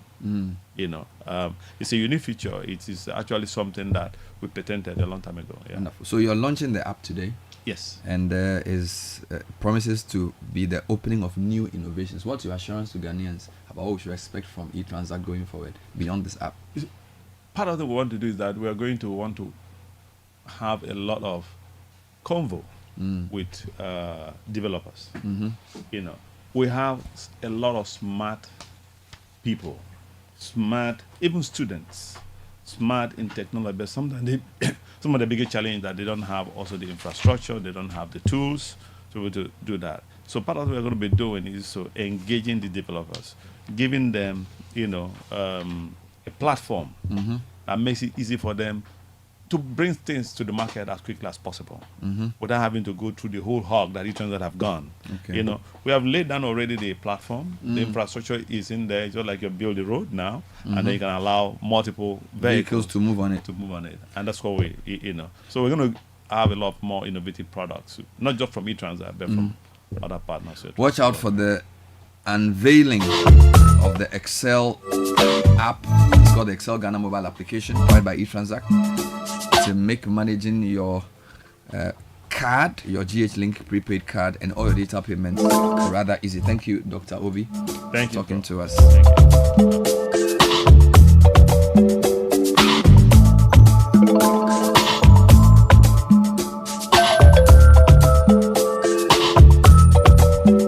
This is the Citi Breakfast Show, the city's biggest conversation.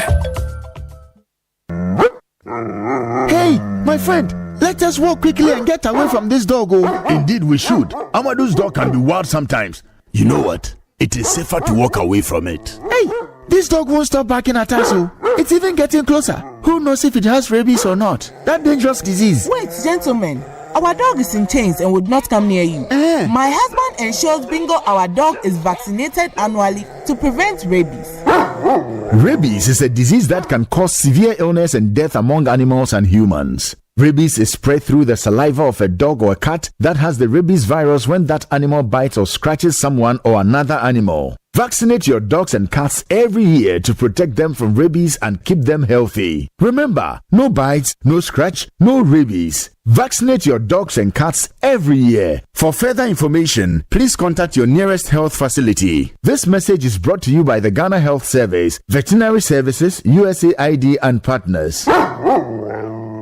Cool draw from 1xBet. Get a chance to win 45,500 CD, iPhone 14 Pro, or 100 bonus points. You can place bets on your favorite sports and receive promo coupons for the drawing. Visit the 1xBet.com.gh website. Use the promo code FMWOW and get a 300% bonus of up to 2,650 CD. Wow promo. Feel the moments of joy from 1xBet. Gambling can be addictive. Bet responsibly. Not for persons under 18 years. This advertisement has been vetted and approved by the Gaming Commission. Are you hoping to start university this October? If you want a British degree from a world-class university at a fraction of the cost, then join Lancaster University Ghana in Accra. With a diverse student community, vibrant campus life, and up to 50% scholarship to support your study, Lancaster University Ghana provides you with a world-class education that creates endless possibilities globally. Don't miss this once-in-a-lifetime opportunity. Apply to join Lancaster University Ghana, where learners become leaders. Admissions are currently open for our 2024 intakes. Apply now for our foundation and undergraduate programs. For more information, contact us at +233 030 221 8989 or send an email to admissions@lancaster.edu.gh. Lancaster University Ghana, the only British university campus in West Africa. Mr. Akrobato, I like my mind peace. That's why I go get my Bampo insurance from Holland Life. Just yesterday, my Abusha Penny asked everybody to pay 1,000 Ghana cedis for a penny funeral. But Masa Nukureni, I want to make Me Bambo helped me cover cost of funeral and any disability cost by paying 2 Ghana cedis per Bushumi Bia. A simple crowd. Yes, with as little as 2 Ghana cedis, you too can have peace of mind about cost of injury and funeral by simply registering with Mibambo Insurance from Holland Life. Just dial *269# on MTN or Telecel and follow the prompts. It's really that simple. Enjoy peace of mind today, knowing your tomorrow is covered. Mibambo Insurance, made for you. Join the conversation on the Citi Breakfast Show on Facebook at facebook.com/Citi97.3, Twitter at twitter.com/Citi973, and Instagram at instagram.com/Citi973 with the hashtag CitiCBS.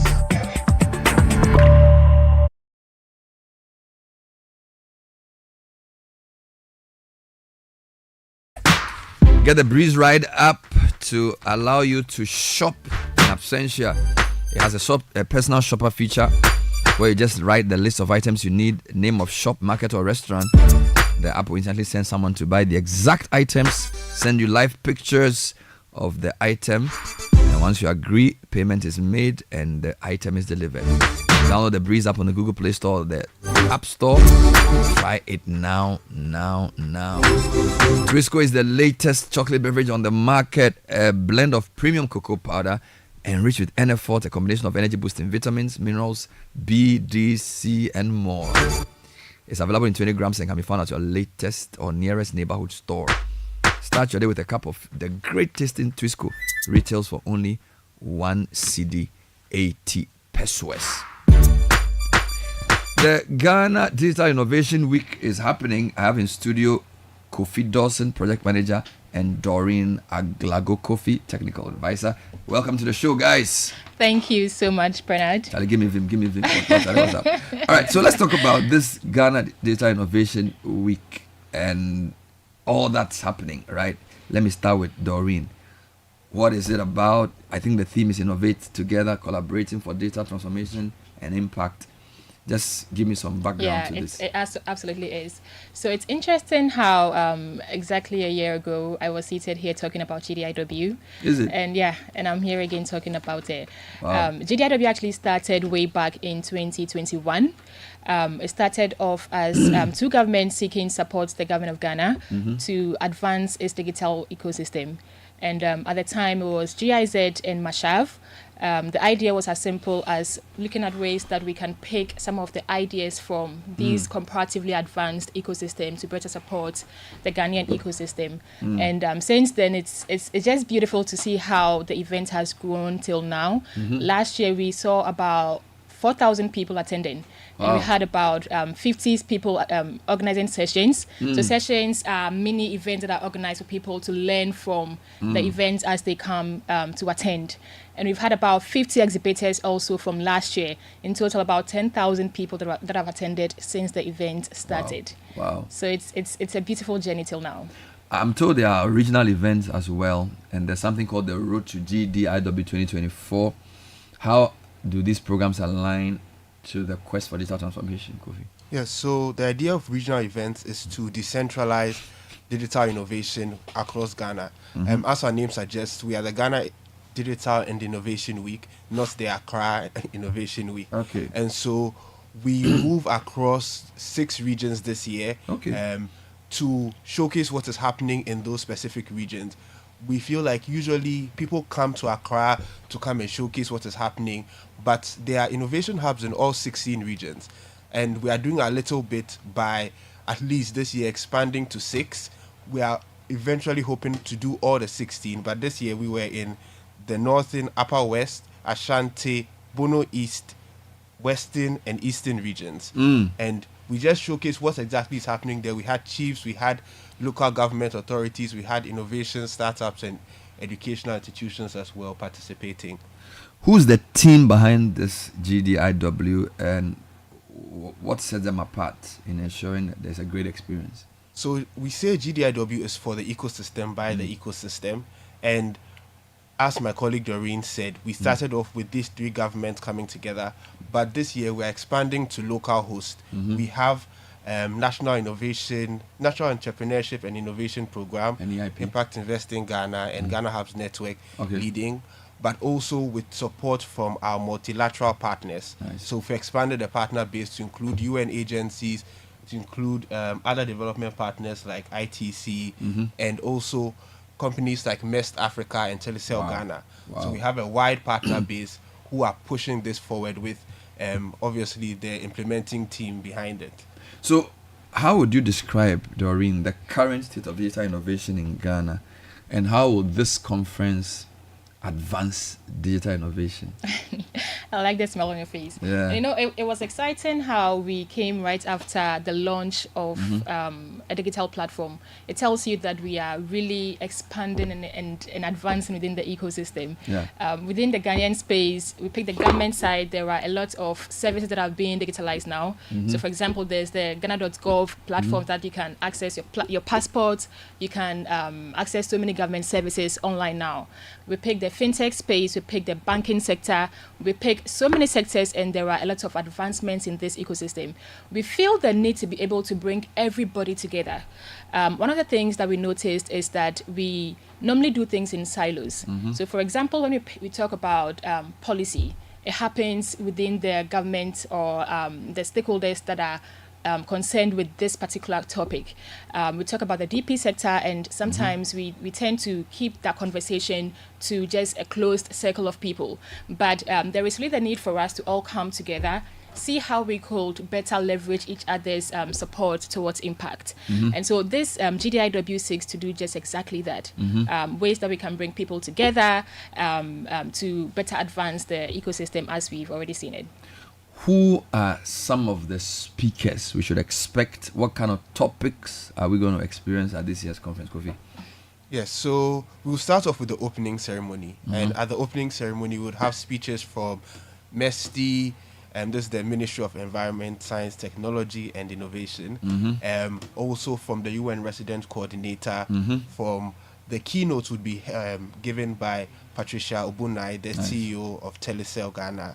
And also we have people from the head of cooperation from the German Embassy and the Deputy High Commissioner for the British High Commission. Yes. And okay, go ahead. Yes. So after the opening ceremony, that is just to launch and everything, and then we go into the main meat of the program, which is the sessions. And for the sessions, we have a wide range for all manner of people. Ben, I would also love to see you attending one session or the other. You want to see me in a session? So we have Advanced Media leading a session on digital content creation and what is the power and the influence of that.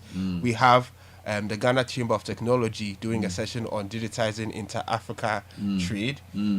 We have AB and David, the law firm, having a session on protecting ownership in the AI world.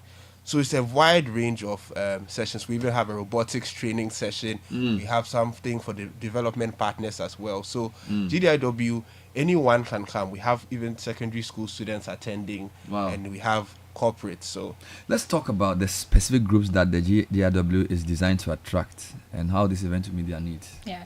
So if I start talking about it now, I'm sure we're going to leave here tomorrow. So we normally just summarize by saying that it's essentially everyone and anyone that contributes towards the advancement of the ecosystem. But we could categorize them into the various groups. So we talk about government, talk about enthusiasts in the ecosystem, we talk about development partners, we talk about corporate institutions, we talk about startups, academic institutions, the CSOs, hubs. So it's essentially everyone that contributes in one way or the other towards the digital ecosystem. Let's end by talking about where and when this event is happening. That's Kofi's question, and then Doreen will tell us how people can register for the event. Yes, so the event is happening from the 2nd to the 4th of October at the Accra International Conference Center. We start off each day at 9 a.m. When you come, you would see there's a lounge we have for people to, whilst you are not in a session, we have 5 breakout session rooms happening. So the whole place will be full. We have the exhibitions also happening. And so we'd love to see everyone there. And how do you register to be part of this event? So as digital as it is, you can register online. It's www.gdiw.com.gh. All right. You go on there and then you can click on the register button to register and be part of it. So the GDIW 2024 is happening live from the 2nd to the 4th of October. Kofi Dawson is project manager for the conference. Doreen Aglago Kofi is the technical advisor. Thank you for being here. She's with GIZ.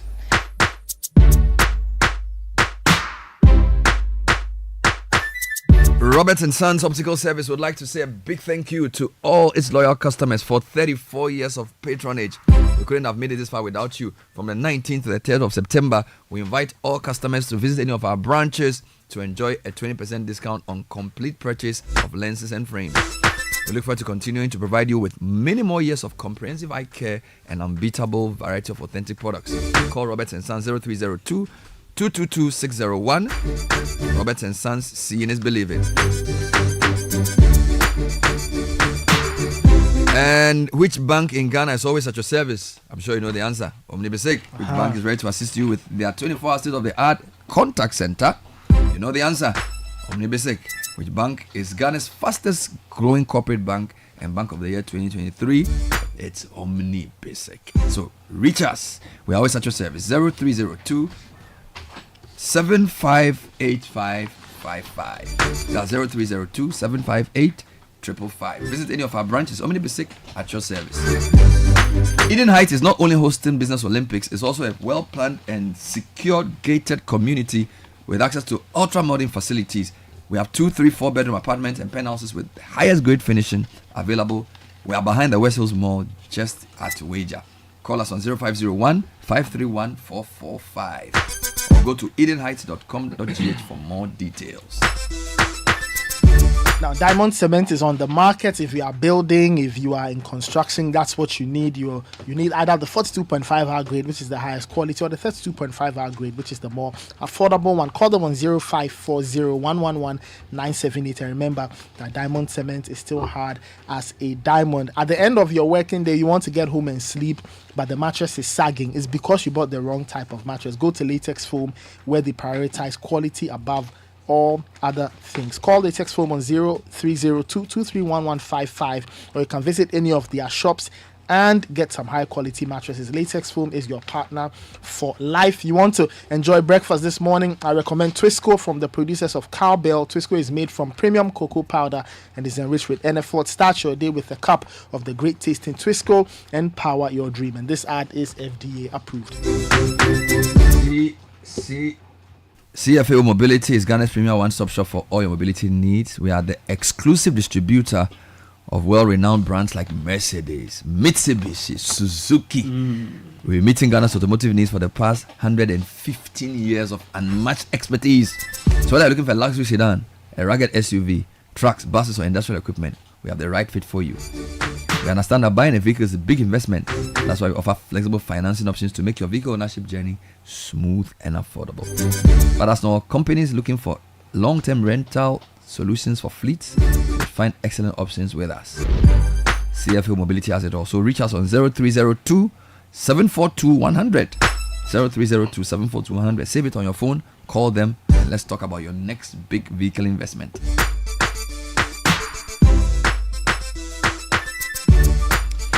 The fight continues. Aman. Stop Galamsey now. Thanks for listening. My name is Bernard. Did this with Nathan, Caleb, Sky, Godfred. Citi News at 10 with Caleb Kuda. Good morning. This is the